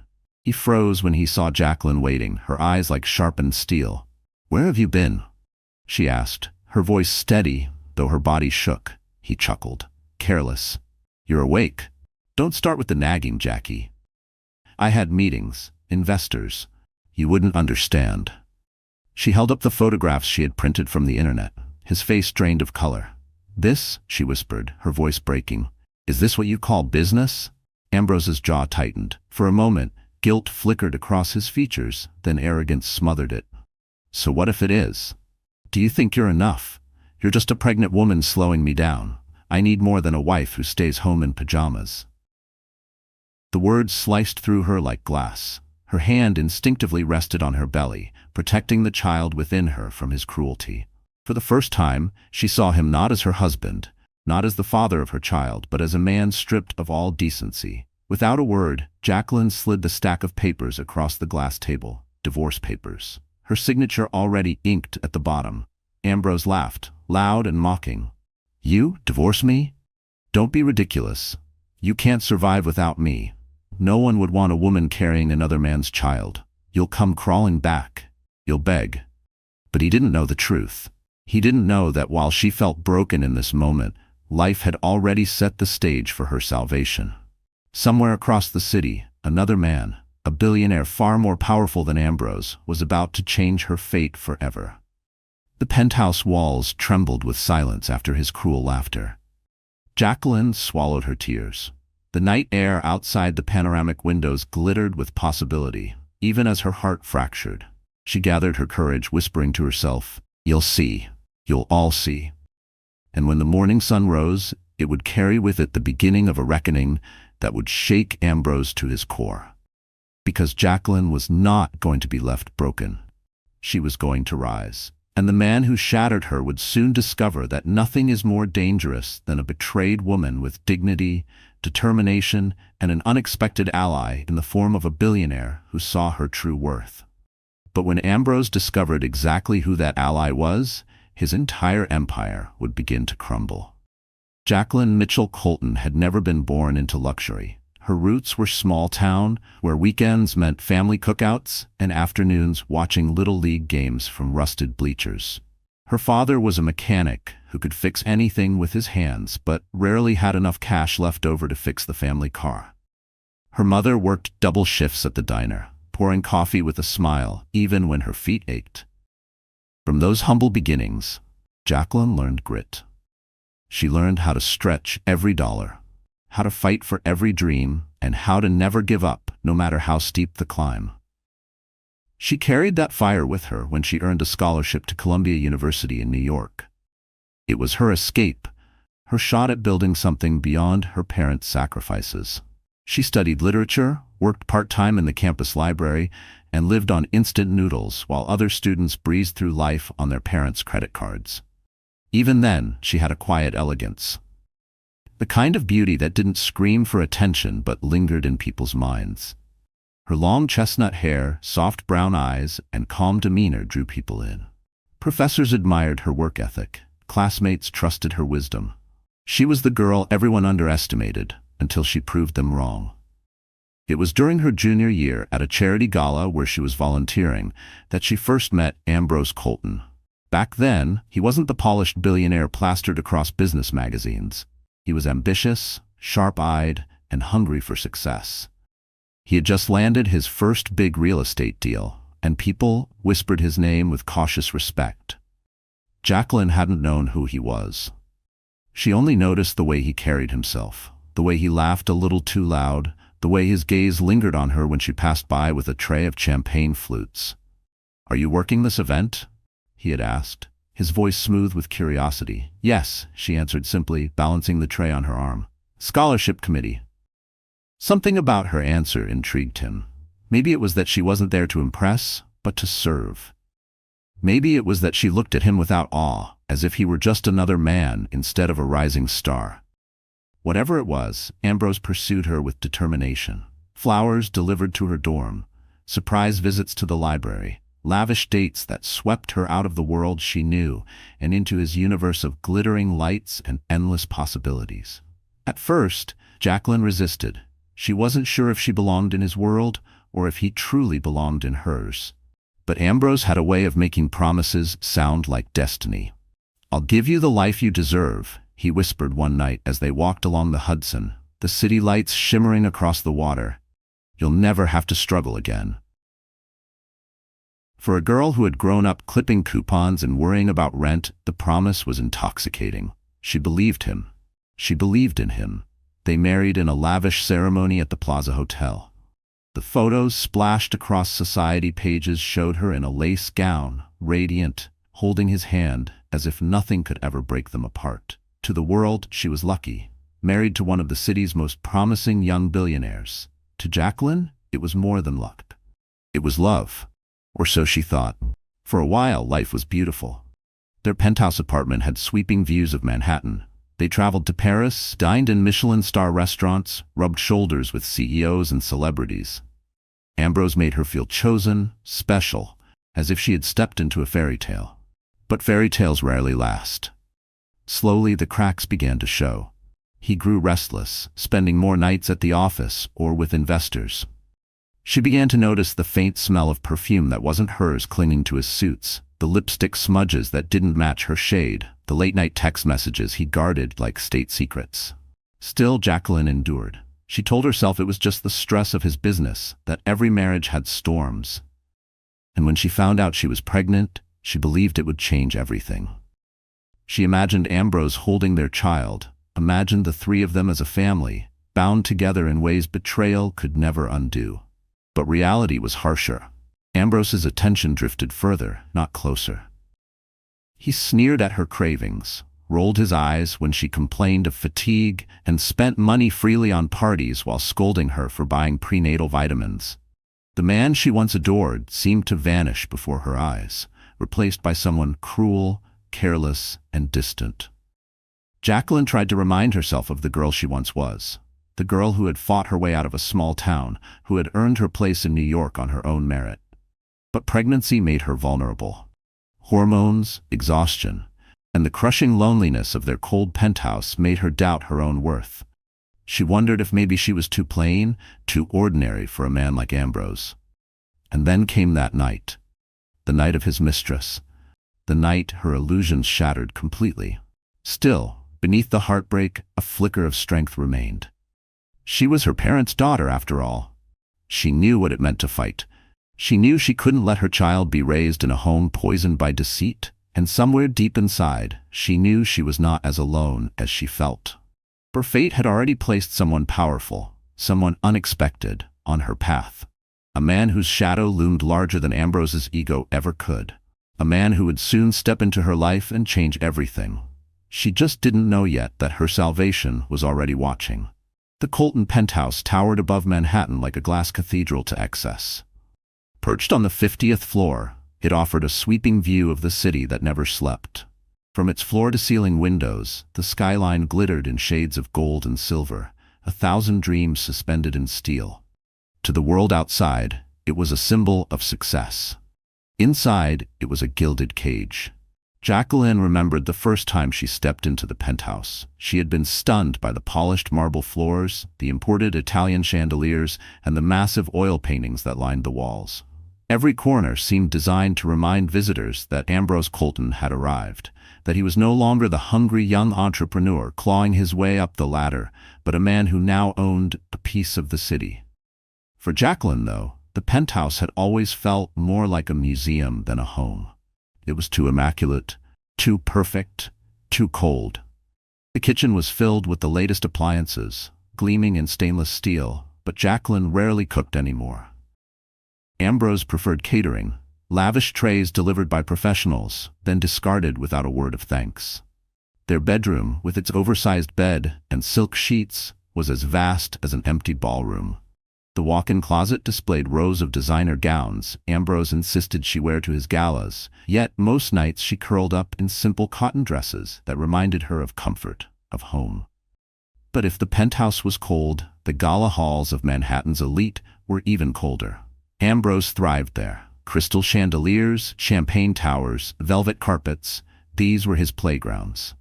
Jacqueline often stood at his side during these events, her hand resting on her swollen belly, trying to smile as the city's most powerful men and women whispered about the next big deal. She had mastered the art of polite nods and soft laughs, all while feeling like an outsider in her own life. One gala in particular remained burned into her memory. The Metropolitan Museum Charity Ball, an event so exclusive that even celebrities had to beg for invitations. That night, the grand hall shimmered with diamonds and ambition. The air smelled of roses flown in from Paris, and champagne poured into crystal flutes worth more than her parents' yearly income back in their hometown. Jacqueline wore a sapphire gown chosen by Ambrose's stylist. Her feet ached from heels, her back strained under the weight of pregnancy, but she stood tall, determined to support her husband. Ambrose, on the other hand, was in his element. He laughed with investors, clinked glasses with politicians, and introduced Jacqueline as if she were a decorative accessory rather than the woman carrying his child. She caught glimpses of herself in the mirrored walls. A tired smile, a hand resting protectively on her belly. She looked out of place among the glittering women draped in sequins and confidence. For a fleeting moment, she wondered if Ambrose felt the same way, that she didn't belong. Later that night, as the orchestra played softly and guests mingled, Jacqueline excused herself to find a seat. That's when she noticed him. Not Ambrose, someone else. A man standing near the balcony, tall, broad-shouldered, with an aura that silenced the room around him. His suit was simple compared to the peacocks preening nearby, yet it fit him with an elegance that spoke of quiet power. People glanced at him, whispered, then looked away with the respect that only true influence commanded. She didn't know it then, but this was the man who would soon rewrite her future. Back at the penthouse, nights grew lonelier. The city outside pulsed with energy, but Jacqueline felt trapped. The walls echoed with silence when Ambrose was gone. Sometimes she would press her hand against the glass, watching taxis crawl below, wondering if somewhere out there was a version of her life where she wasn't invisible. Her pregnancy only deepened the isolation. Friends who once called stopped visiting, too intimidated by Ambrose or too busy with their own lives. Her parents phoned often, but she lied to them, insisting she was happy, that Ambrose was devoted, that the baby would be born into love.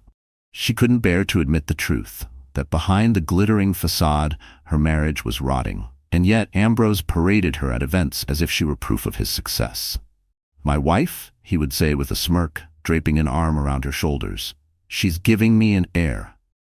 The words felt like shackles. He didn't see her as a partner, a woman, or even a mother. She was a trophy, a vessel. The main setting of her life, this world of opulence, chandeliers, and penthouses, was supposed to be a dream. But every glittering surface only reflected her loneliness back at her, until one night when a single betrayal would turn this entire world upside down. The gala was winding down, champagne glasses half empty, laughter fading into whispers. Ambrose disappeared again, claiming he was finalizing business with a foreign investor.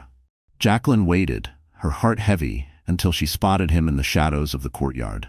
His arm was around another woman, a kiss, a laugh, a betrayal displayed as carelessly as tossing away a napkin.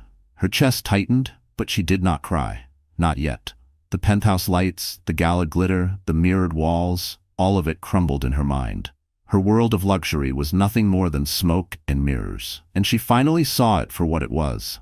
And as she turned away, fighting the nausea rising in her throat, she did not see the man from the balcony step forward, his eyes following her with quiet intensity. The man who would soon break her chains had already noticed her pain. Ambrose Colton had always been a man of appetite. From the day Jacqueline first met him, ambition oozed from his every word, every gesture, every calculated smile. He wasn't just chasing success, he was devouring it, hungry for more no matter what or who stood in his way. That hunger had built him an empire. but it was also the very poison that began to rot him from the inside. By the time Jacqueline was 6 months pregnant, the man she had married was almost unrecognizable.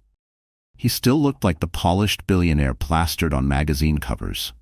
Dark hair neatly styled, strong jaw, custom-tailored suits, but behind the sheen was arrogance so thick it suffocated anyone near him. His laugh no longer charmed, it sneered. His touch no longer comforted, it branded. Ambrose believed the world revolved around him. When he entered a room, conversations shifted. When he raised a glass, people listened. To him, Jacqueline was no longer a partner but a prop, a glowing wife carrying his heir, something to show off at galas before disappearing back into the shadows of his double life. That double life had a name: Cassandra Hart. Cassandra was everything Ambrose thought he deserved and everything Jacqueline was not, or at least, that's how he saw it. She was younger by nearly a decade, a former fashion model who reinvented herself as a social media influencer. Her beauty was sharp, intentional, the kind that sliced through rooms and left men stumbling in her wake. Red lips, cascading dark curls, gowns cut to reveal more than they concealed. Cassandra knew how to use every inch of herself as a weapon. Ambrose met her at a luxury brand launch, where she was hired to add sparkle to the event. She didn't just sparkle, she burned. He was drawn instantly, intoxicated by her shameless laughter, the way she leaned into him as though he were the only man in the world worth noticing. Jacqueline, pregnant and tired, had been at home that night, arranging baby clothes in a nursery Ambrose never stepped foot in. From that moment, Cassandra became more than a mistress. She became an obsession. Ambrose started spending nights at business meetings that stretched past midnight, weekends away under the guise of corporate retreats. In reality, he was living a second life, indulging Cassandra with designer gifts, luxury trips, and promises whispered in hotel suites. But what made Cassandra dangerous wasn't just her beauty, it was her ambition. She wasn't content to be a hidden secret. She wanted status, headlines, and the kind of power that came with being attached to a billionaire like Ambrose. She flaunted their affair in subtle ways. An Instagram post from a Paris balcony Jacqueline had once stood on, a necklace that Jacqueline recognized as one Ambrose had purchased last Christmas, a shadow of Ambrose's reflection caught in the corner of a photo she claimed was just a friend. And Ambrose didn't stop her. He relished it. He wanted the world to see him not as a loyal husband, but as a man untouchable, powerful enough to flaunt his betrayal without consequence. The cruelty wasn't in whispers, it was in actions. One evening, at a gala Jacqueline reluctantly attended, she watched Ambrose cross the room with Cassandra on his arm. Not hidden, not discreet, bold, as though daring the world to judge him. Gasps rippled through the crowd. Whispers hissed from corner to corner, but Ambrose only tightened his grip on Cassandra's waist and smiled like a conqueror. Jacqueline's chest burned. She clutched her clutch tighter, her eyes darting to the ground as humiliation washed over her. Every camera flash felt like a dagger, every sideways glance like salt in an open wound. And still, Ambrose basked in it. He had become the villain of his own story, too blind to see it. He mistook arrogance for strength, cruelty for power. He thought Jacqueline would always remain silent, too weak to fight back. But villains never realize they are creating their own downfall. Cassandra whispered in his ear that night, her laugh echoing like glass shattering. Jacqueline could almost hear the words, see the smug glint in Cassandra's eyes as she looked in her direction. It wasn't enough for Cassandra to have Ambrose in private. She wanted Jacqueline to feel the sting of public defeat. Ambrose leaned in, his lips brushing Cassandra's ear, ignoring his wife across the room. Cameras snapped, champagne flowed, and Jacqueline felt her entire world cave in. But deep inside her, something shifted. Betrayal no longer felt like an ending, it felt like a beginning. A storm rising quietly, gathering force. Ambrose and Cassandra thought they had won. They thought Jacqueline would retreat, broken, humiliated, too fragile to fight. They had no idea that someone far more powerful had already noticed her pain and was ready to help her rise. The night of the Bright Futures Gala was meant to be another feather in Ambrose Colton's cap. For weeks he bragged about it, the investors attending, the politicians making speeches, the photographers covering every glittering angle. He insisted Jacqueline accompany him, though she was exhausted, her pregnancy making every step a struggle. "You'll smile for the cameras, Jackie," he told her with a dismissive wave. "That's all you're good for tonight." She wanted to refuse. She wanted to stay home in her robe, curled on the couch with a cup of tea, away from the claws of society. But she also wanted to protect what was left of her marriage, to try one last time for the sake of her unborn child. So she agreed. The gala was held at the Crystal Renaissance Hotel, a ballroom drenched in golden light. Crystal chandeliers hung like frozen waterfalls. Polished marble floors reflected every sequin and diamond. Waiters in white gloves glided between tables carrying champagne. The city's elite sparkled under the glow of cameras, their laughter filling the air with the sound of privilege. Jacqueline arrived in a pale silver gown, one she had chosen herself instead of letting Ambrose's stylist dictate. It was modest, elegant, and draped gently over her pregnant form. She had hoped Ambrose would notice, that perhaps he'd see the effort she made. Instead, when he came to fetch her from their limo, he only glanced at her and muttered, "Try not to embarrass me tonight." Inside, Ambrose slipped into his element immediately. He was magnetic, greeting investors with firm handshakes, slapping backs, telling jokes that made entire tables roar. Jacqueline trailed behind him, her hand brushing her stomach, her smile weak but practiced. She nodded at acquaintances, endured the polite questions, ignored the pitying stares. She had been to enough of these events to know when whispers were about her. And then she saw her. Cassandra, the mistress, dressed in a gown of fire-red silk, cut so low the room itself seemed to blush. Her laughter rang out across the hall as she clung to Ambrose's arm the moment Jacqueline excused herself to sit down. At first, Jacqueline thought her eyes were deceiving her. Surely Ambrose wouldn't dare. Surely not tonight, not here. But then the cameras turned. Flashes erupted. Cassandra leaned into Ambrose, her lips brushing his ear as though whispering secrets. His hand rested openly on her waist, his smile wide, unashamed. The room hushed. Conversations faltered. Guests exchanged looks, some scandalized, others entertained. The betrayal was no longer whispered. It was on full display beneath the chandeliers. Jacqueline froze. The champagne flute in her hand trembled, drops spilling onto her gown. Every instinct screamed at her to run, but her feet rooted to the marble floor. Her ears rang with laughter, Cassandra's shrill, Ambrose's booming, and then with whispers. "Isn't that his wife over there? She's pregnant, poor thing." Shameless, absolutely shameless. Heat rose in Jacqueline's cheeks, her chest tightened until she thought she couldn't breathe. She turned, desperate to escape, but it was too late. Cassandra saw her. With a deliberate smirk, Cassandra tugged Ambrose closer, tilting her head toward Jacqueline as if pointing out prey. Ambrose followed her gaze. His eyes locked on Jacqueline, and instead of shame, there was mockery. He shrugged, as though to say, "What did you expect?" Then he bent and kissed Cassandra's cheek for the cameras. The flashes exploded like lightning. The humiliation was immortalized. Jacqueline's vision blurred.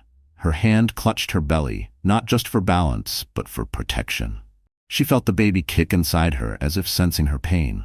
She whispered silently, "I'm sorry, I'm so sorry." The room spun. She stumbled toward the exit, but not before she heard Cassandra's final dagger. "She looks like a tired nanny," Cassandra said loudly enough for half the room to hear. Laughter followed like thunder. The humiliation was complete. Outside, the night air was cold, sharp against her flushed skin. She pressed her back against the stone wall of the hotel, fighting tears. Her world had shattered in front of hundreds, and tomorrow it would be in the gossip columns with her humiliation smeared across headlines. But as she gasped for breath, clutching her stomach, something unexpected happened. A deep voice cut through the noise of her panic. "You don't deserve this." She looked up. The man from the balcony, the one whose presence had silenced rooms before, stood before her. His eyes, gray and piercing, softened when they met hers. His tall frame blocked the wind, his expression unreadable yet steady, like a fortress. Jacqueline's lips parted, but no words came. He extended a handkerchief, crisp white against the night. She hesitated, then took it, her fingers trembling. "I've been watching long enough," he said quietly, almost to himself. "It ends tonight." Jacqueline didn't know it yet, but this man was about to change everything, and Ambrose Colton had just made an enemy far more dangerous than he ever imagined. The night of the gala ended in silence. Not the gentle kind that soothes, but the kind that weighs heavy, pressing down until it suffocates. Jacqueline sat in the back of a black car Ambrose had ordered for her. Not out of kindness, but out of convenience. He hadn't even bothered to ride home with her. Instead, he stayed behind, clinking glasses with Cassandra, basking in the scandal he had created. The car wound its way through the glowing streets of Manhattan. Neon lights blurred past the windows, but Jacqueline didn't see them. Her reflection stared back at her from the glass. Red eyes, smudged makeup, a trembling lower lip. For the first time in her life, she didn't recognize herself. When she finally arrived at the penthouse, the doorman greeted her with pity in his eyes. She tried to ignore it, clutching her belly as she climbed into the elevator. The doors closed, trapping her in mirrored walls. She saw herself multiplied, broken, humiliated, small. Inside the penthouse, silence greeted her again. She lowered herself onto the couch, silk gown wrinkling beneath her, and let the tears come. She cried until her chest hurt, until her breath came in ragged gasps. She pressed her palms to her face, ashamed of her own weakness, terrified of the future. Her phone buzzed on the coffee table. Dozens of notifications lit the screen, headlines already spinning from the gala. Billionaire Ambrose Colton spotted with stunning companion. Wife left alone in the shadows. Paparazzi photos showed her pale and shaken in the background, while Ambrose and Cassandra smiled for the cameras. The humiliation was no longer confined to the ballroom. It was spreading across the internet, across the city, across the world. Her hand shook as she turned the phone face down. She couldn't bear to see more. She thought about calling her parents, but what could she say? That their daughter, who once dreamed of building a family full of love, had become the punchline of Manhattan's cruelest joke? She thought about calling her best friend from college, but distance had grown between them. What could words do now? The baby kicked again, a sharp reminder that she wasn't truly alone. Tears blurred her vision as she whispered, "I promise I'll protect you. I don't know how yet, but I will." Hours passed. The clock ticked past midnight, then 2, then 4. Jacqueline dozed in and out of restless sleep on the couch. When the door finally clicked open, she jolted awake. Ambrose stumbled in, his tuxedo wrinkled, his tie gone, the scent of perfume clinging to his skin. He smirked when he saw her, as though amused she was still awake. "You embarrassed yourself tonight," he slurred. Jacqueline's jaw dropped. "I embarrassed myself? You flaunted her in front of everyone. You humiliated me." Ambrose rolled his eyes, heading toward the bar to pour himself a drink. "Don't be dramatic. Everyone knew already. At least now it's out in the open. Besides," he turned, glass in hand, his smirk cruel, "you should be grateful. People only talk about me because of her. You wouldn't understand." Her voice shook with rage. "I'm carrying your child, Ambrose. Doesn't that mean anything to you?" For a brief second, something flickered in his eyes. Guilt, fear, she couldn't tell. Then it vanished. He shrugged, taking a sip.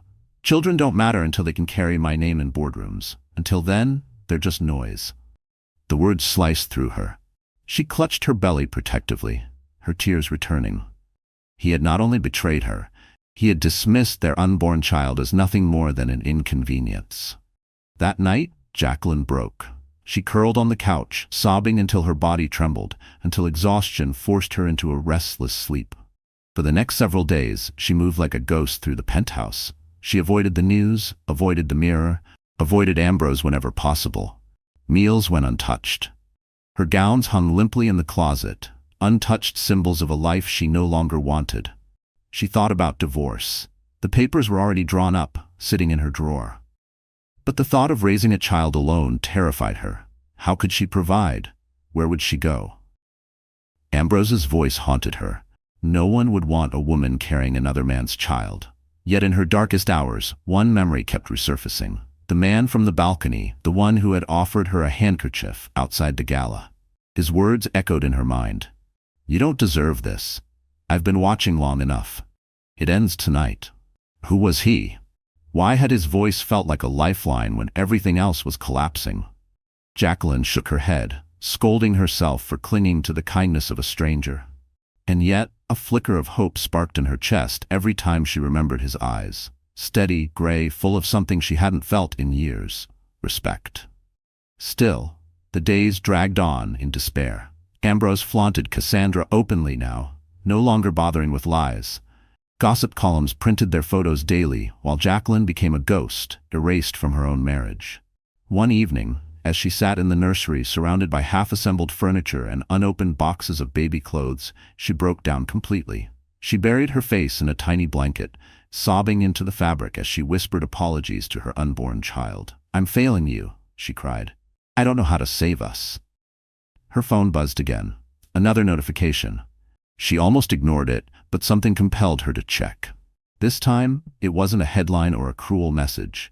It was a text from an unknown number.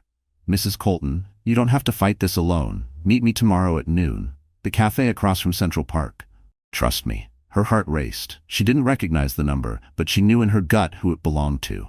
The man from the balcony had just reached out, and her life was about to change forever. The cafe across from Central Park wasn't flashy.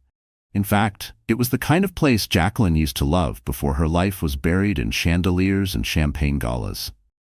The scent of fresh pastries drifted from the open door, mingling with the crisp bite of late morning air. Parents pushed strollers past the park gates, joggers zipped by in bright colors, and sunlight spilled over the city like a promise of something new. Jacqueline sat by the window, fingers tight around a mug of chamomile tea she hadn't touched. She kept glancing at the door, her heart racing. Her body was still fragile from sleepless nights, but today her spirit was restless. She didn't know why she'd come. A part of her feared it was foolish, that maybe she was walking into a trap, some cruel joke set up by Cassandra or even Ambrose himself. But then the door opened, and he walked in. The man from the balcony, the man from the gala. Tall, broad-shouldered, his presence commanded the room without demanding it. He wore a navy suit, crisp but understated, his tie loose as if he'd walked straight out of a boardroom, but didn't care to impress anyone here. Conversations hushed as people noticed him, though most pretended not to stare. Jacqueline's breath caught when his eyes found hers instantly, as though he'd been searching for no one else. He walked over and stopped at her table. "Jacqueline." His voice was deep, smooth, but firm enough to steady her shaking hands. She blinked. You know my name." "Of course I do." He pulled out the chair across from her, lowering himself with a quiet grace. "I've known who you were long before that night." Her stomach tightened. "Why are you helping me?" He studied her for a moment, as though weighing how much truth she could handle. Finally, he leaned forward, his gaze unwavering. "Because I can't watch a good woman be destroyed by a man who doesn't deserve her." Jacqueline's eyes blurred with tears, but she blinked them away. "Who are you?" He extended his hand across the table, steady and certain. "Ethan Blackwell." The name hit her like a wave. Ethan Blackwell, the reclusive billionaire CEO. His name alone carried weight in every financial circle. He was rumored to control an empire of tech companies, global investments, even philanthropic foundations so vast they rivaled governments. She remembered whispers at galas about his fortune, his power, his mystery. Some said he was ruthless in business, others said he was a ghost, appearing only when it suited him. But here he was, in front of her, offering not rumors but truth. "I don't understand," Jacqueline whispered. "Why me?" Ethan's gaze softened. "Because I saw you long before your husband humiliated you. I saw your strength, and I know what it feels like to be underestimated, to be betrayed by people who should have protected you." Jacqueline's lips trembled. She wanted to believe him, but trust felt foreign now, fragile as glass. "What do you want from me?" "Nothing," Ethan said simply. "I'm offering you a choice. You can keep suffering in silence, or you can fight back. And if you choose to fight, you won't be alone." Her pulse thundered in her ears. "Fight back? Against Ambrose?" "Against everything he's built on lies," Ethan corrected. "He's not invincible. Men like him think they are, but I've seen bigger empires crumble. All it takes is the right truth in the right hands." Jacqueline stared at him, stunned. "Why would you do this for me?" For the first time, Ethan's jaw tightened, a shadow flickering in his expression. "Because men like Ambrose think women are possessions. They use them, discard them, replace them. I've seen it too many times, and I refuse to watch it happen again." His words struck something deep inside her. For days she had drowned in humiliation, powerless and alone. But now, sitting across from Ethan Blackwell, she felt something spark, a fragile but undeniable flicker of hope. Still, doubt clung to her. I don't have money, I don't have influence, I don't even have the strength right now. What could I possibly do? Ethan leaned forward, lowering his voice. Jacqueline, you have more than you realize. You have the truth. And the truth, when revealed at the right moment, is more powerful than any fortune. Her fingers tightened on her mug. She thought of the photos, the whispers, the humiliation carved into her memory. For the first time, she wondered if those wounds could be used not to weaken her, but to fight back. Ethan reached into his jacket and slid a card across the table. It was heavy, embossed with his name and nothing else. No title, no company, just a direct number. When you're ready, call me. I'll stand with you, whatever it takes. Jacqueline picked up the card, her heart pounding. For a moment, the weight of the world felt lighter, as though she wasn't carrying it alone anymore. They sat in silence, the noise of the cafe fading around them. Jacqueline finally whispered, "What if Ambrose finds out?" Ethan's eyes darkened, steel in his tone. Then he'll learn he picked the wrong woman to break. Jacqueline swallowed hard. She felt the baby move again, as if echoing Ethan's promise. For the first time in weeks, she allowed herself to imagine a future not defined by humiliation, but by strength. As Ethan stood to leave, he placed a steady hand on her shoulder. You don't have to decide now. But remember this. When you're ready, you won't be fighting alone. He turned and walked out of the cafe, his tall frame cutting through the morning sunlight. Jacqueline sat frozen, the card clutched in her hand, her heart racing with a strange mixture of fear and hope. And in that moment she realized Ambrose wasn't her only problem anymore. Because now Ethan Blackwell was involved, and nothing would ever be the same again. Jacqueline stared at Ethan Blackwell's card for days. It lay on her nightstand, simple and weighty, a reminder that she had a choice. Every morning she woke to Ambrose's absence and Cassandra's name in the headlines. Every night she cried herself to sleep in the cold cavern of the penthouse, but the card glimmered in the dim light like a lifeline. Finally, one morning, she dialed the number. Ethan answered on the first ring, his voice calm, certain. I was waiting for this call. From that moment, everything began to change. Ethan arranged discreet meetings away from the paparazzi's eyes. He introduced Jacqueline to a small circle of trusted advisors, lawyers, image consultants, even a private investigator. For the first time in months, she wasn't alone in her fight. These people didn't look at her with pity. They looked at her with respect.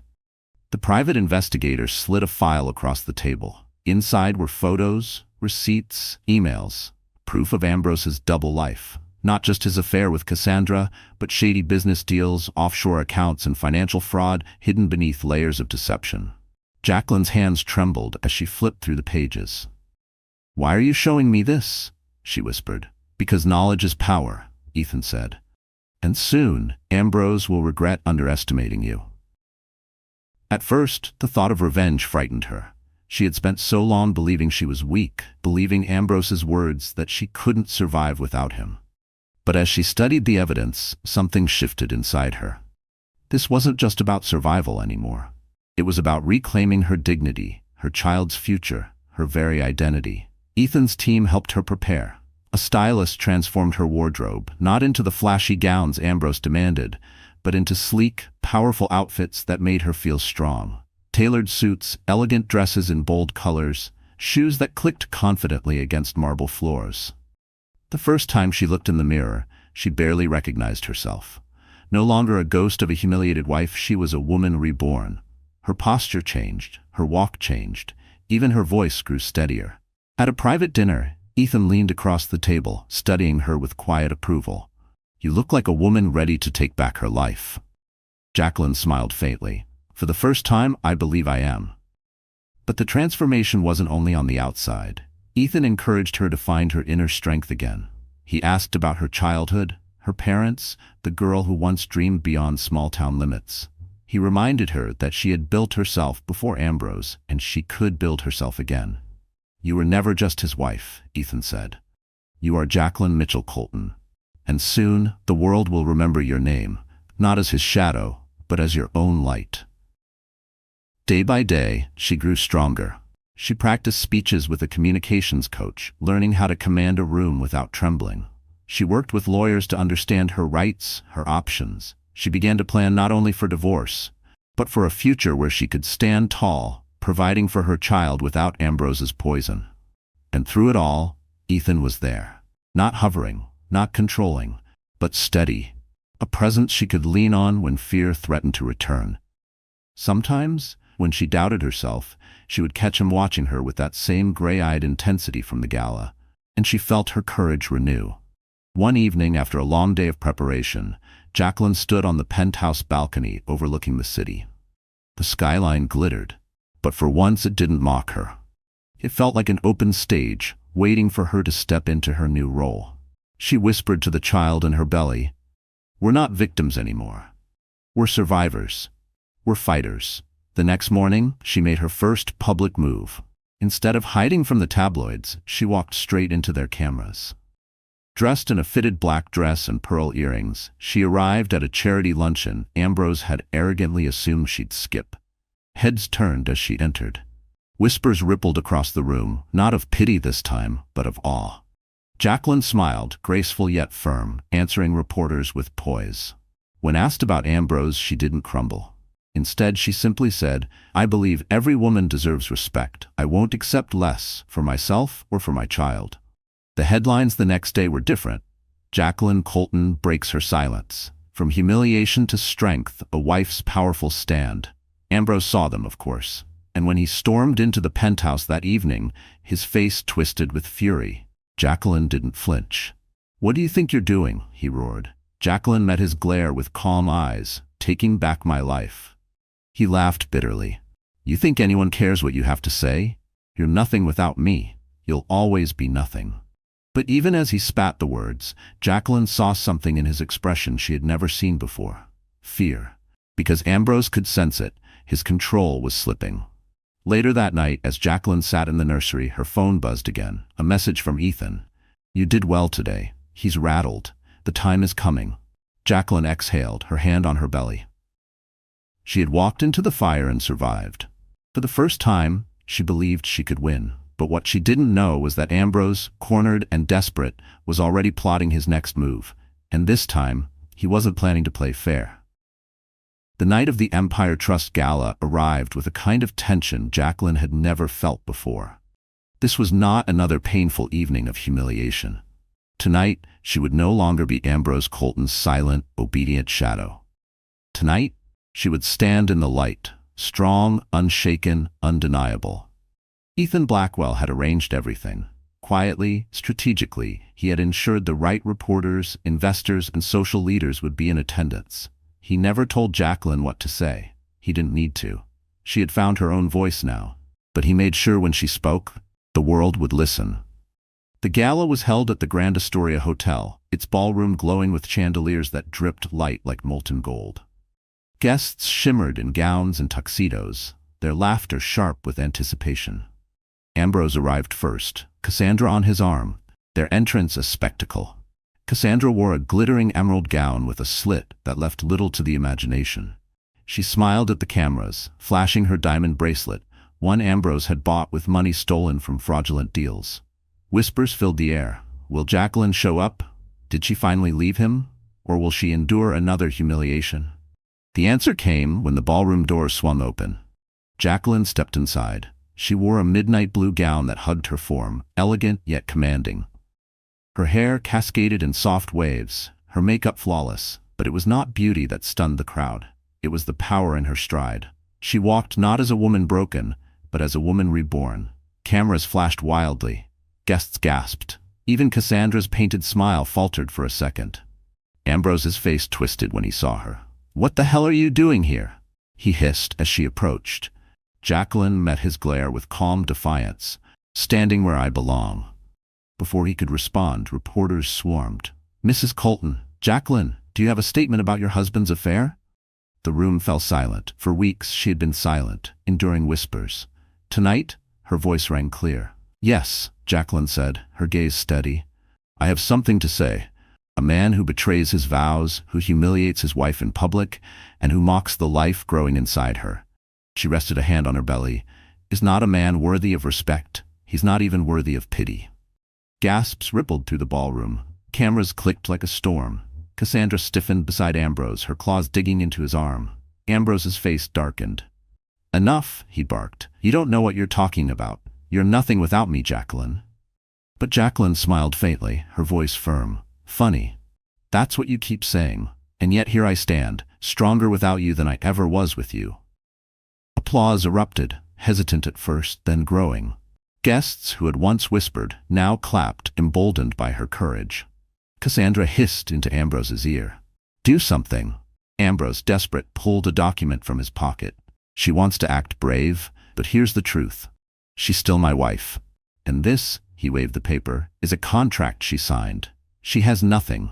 No money, no rights. She can't survive without me." The crowd leaned in, scandal-hungry. But before humiliation could wash over Jacqueline again, another voice cut through the tension. "Actually, she can." Every head turned. Ethan Blackwell stepped forward from the shadows of the ballroom, his presence silencing the crowd. His gray eyes locked on Ambrose, his jaw set like steel. "Because she's not standing alone anymore." Whispers surged. "Ethan Blackwell? Here?" Ethan walked to Jacqueline's side, his hand steady on her shoulder, his voice carrying the weight of authority. "Mr. Colton, your lies end tonight."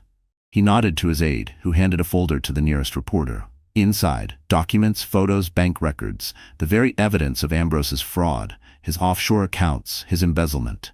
"This," Ethan said calmly, "is what happens when a man builds his empire on lies. The SEC will receive copies by morning. So will the board of directors who once trusted you." Chaos erupted. Cameras exploded with flashes, reporters shouted questions, guests gasped as the scandal unfolded in real time. Ambrose's face drained of color.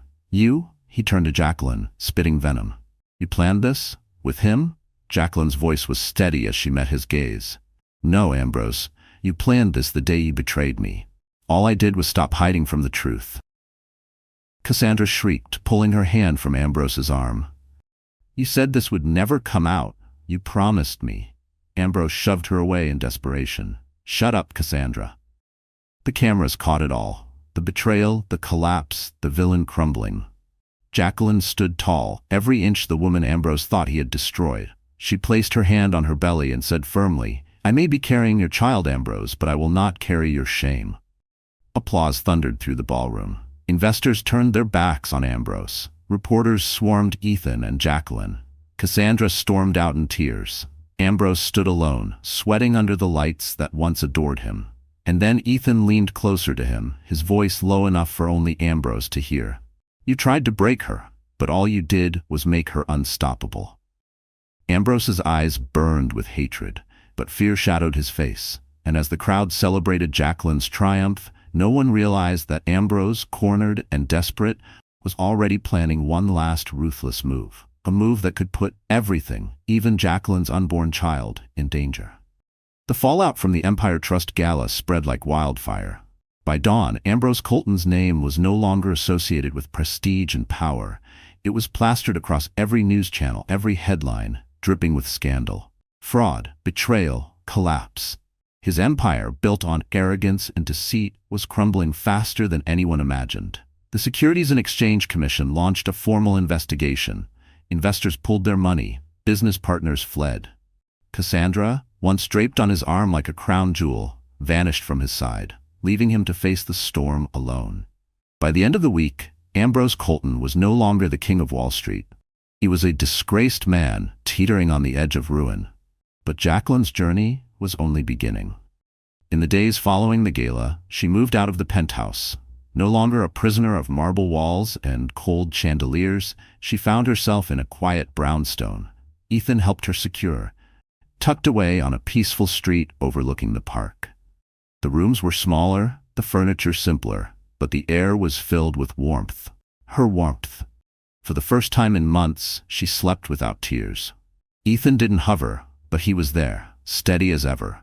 He walked with her to doctor's appointments, sat with her through legal consultations, and made sure the world knew she was no longer a woman to pity, but a woman to respect. Under his guidance, her divorce proceedings gained momentum. Ambrose's lawyers tried to fight, but the evidence of fraud weakened his every move. "You're going to win this," Ethan told her one evening as they sat on her balcony, watching the sunset bleed across the skyline. Jacqueline looked at him, her hand resting on her belly. "For the first time, I believe you." The final blow to Ambrose came in court. The judge, stern and unyielding, read the evidence aloud. Fraud, embezzlement, infidelity. Ambrose's voice, once commanding, cracked as he tried to defend himself. But the gavel fell heavy, and the verdict was clear. He lost not only his fortune but his reputation, his influence, and most importantly, custody rights. Jacqueline emerged from the courthouse flanked by reporters, her blue dress fluttering in the wind, her chin lifted high. She didn't gloat. She didn't need to. Justice had spoken. Ambrose watched her from the courthouse steps, his once proud frame hunched and hollow. His eyes met hers, desperate, pleading. But Jacqueline only shook her head softly. "This is the life you chose, Ambrose, not me."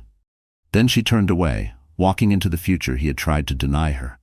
In the weeks that followed, Jacqueline's life transformed completely. The baby's nursery was finally complete, painted in soft hues, filled with love rather than emptiness. She spent mornings reading near the window, afternoons preparing for motherhood, and evenings walking through the park, her heart lighter than it had been in years. And Ethan was there through it all. He never pushed, never demanded. He simply showed up, whether it was to bring her warm meals, to listen when her fears crept back, or to stand silently beside her so she knew she was not alone. One night, as they walked by the park where they first met, Jacqueline stopped, her hand on her stomach. "Ethan," she said softly, "why did you help me? Really?" He looked at her, his gray eyes steady. "Because I saw a woman who deserved the world but was trapped in a cage, and I had the power to open the door." Jacqueline's eyes filled with tears, not of sadness but of gratitude. "You didn't just open the door, you reminded me how to walk through it." Weeks later, in a quiet hospital room filled with soft light, Jacqueline held her newborn child in her arms. The baby's tiny fingers curled around hers, a fragile but unbreakable bond. Tears streamed down her cheeks as she whispered, "We're free now. You'll never know the pain I lived through, only the love I carry for you." Ethan stood in the doorway, watching silently, his expression tender. When Jacqueline looked up, their eyes met, and no words were needed. He wasn't replacing anyone, he wasn't rescuing her. He was standing beside her, offering something she had thought was gone forever: partnership, respect, hope. The months that followed painted a new life for Jacqueline. She launched a foundation for women facing betrayal and humiliation, offering resources, legal aid, and support. Her story, once a scandal, became a source of strength for countless others. Headlines shifted, from betrayed wife to empowered leader.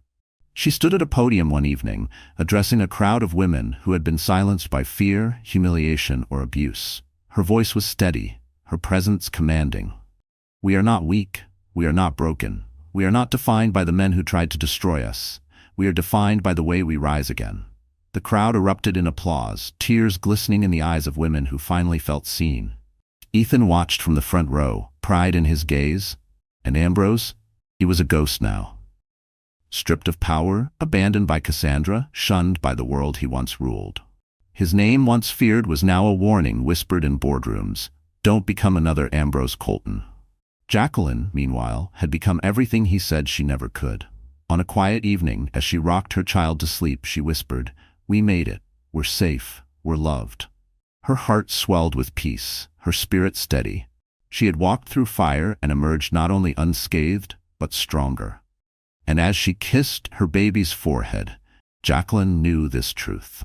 No betrayal, no humiliation, no man could ever steal her worth again. Because she was no longer Ambrose Colton's wife. She was Jacqueline, survivor, mother, leader, loved. So that's it, my dear friends. The story has reached its final page, but if you're still here with me right now, it means something deeper has touched your heart. Maybe you saw a piece of yourself in Jacqueline's journey. Those moments of betrayal, of breaking down in silence, of feeling like you weren't enough. Or maybe you felt the fire of her rise, the quiet strength of choosing dignity over despair, of rebuilding from ashes and finding that your worth was never dependent on another person's validation. Life has a way of testing us in brutal ways, doesn't it? But as the Stoic philosopher Epictetus once said, we cannot choose our external circumstances, but we can always choose how we respond to them. That's the essence of healing, knowing that pain and betrayal don't define you. your response does. Just like Jacqueline, you have the power to stand tall even when the world tries to crush you. Think about Marcus Aurelius's wisdom. The impediment to action advances action. What stands in the way becomes the way. Every wound you've carried, every heartbreak you've endured, can become the very force that guides you towards strength. Jacqueline's humiliation became her turning point. Her brokenness became her rebirth. And the same can be true for you. So if you're here right now, let this be your reminder. You are not broken. You are being reshaped into someone stronger, wiser, and freer than you ever imagined. Whatever betrayal you've faced, whether in love, in friendship, or even in your own battle with self-doubt, remember that healing is possible. Rising again is possible. And now, I want to invite you into this movement of strength and hope. If Jacqueline's story spoke to you, if even one sentence made your heart beat faster, then don't keep it to yourself. Hit that like button, share this with someone who needs to hear it, and most importantly, subscribe to our channel. Because together, we're not just telling stories, we're building a community where no one has to rise alone. So my friends, carry this truth with you tonight. You are worthy. You are stronger than you know. And your story, just like Jacqueline's, can become a beacon of hope for others.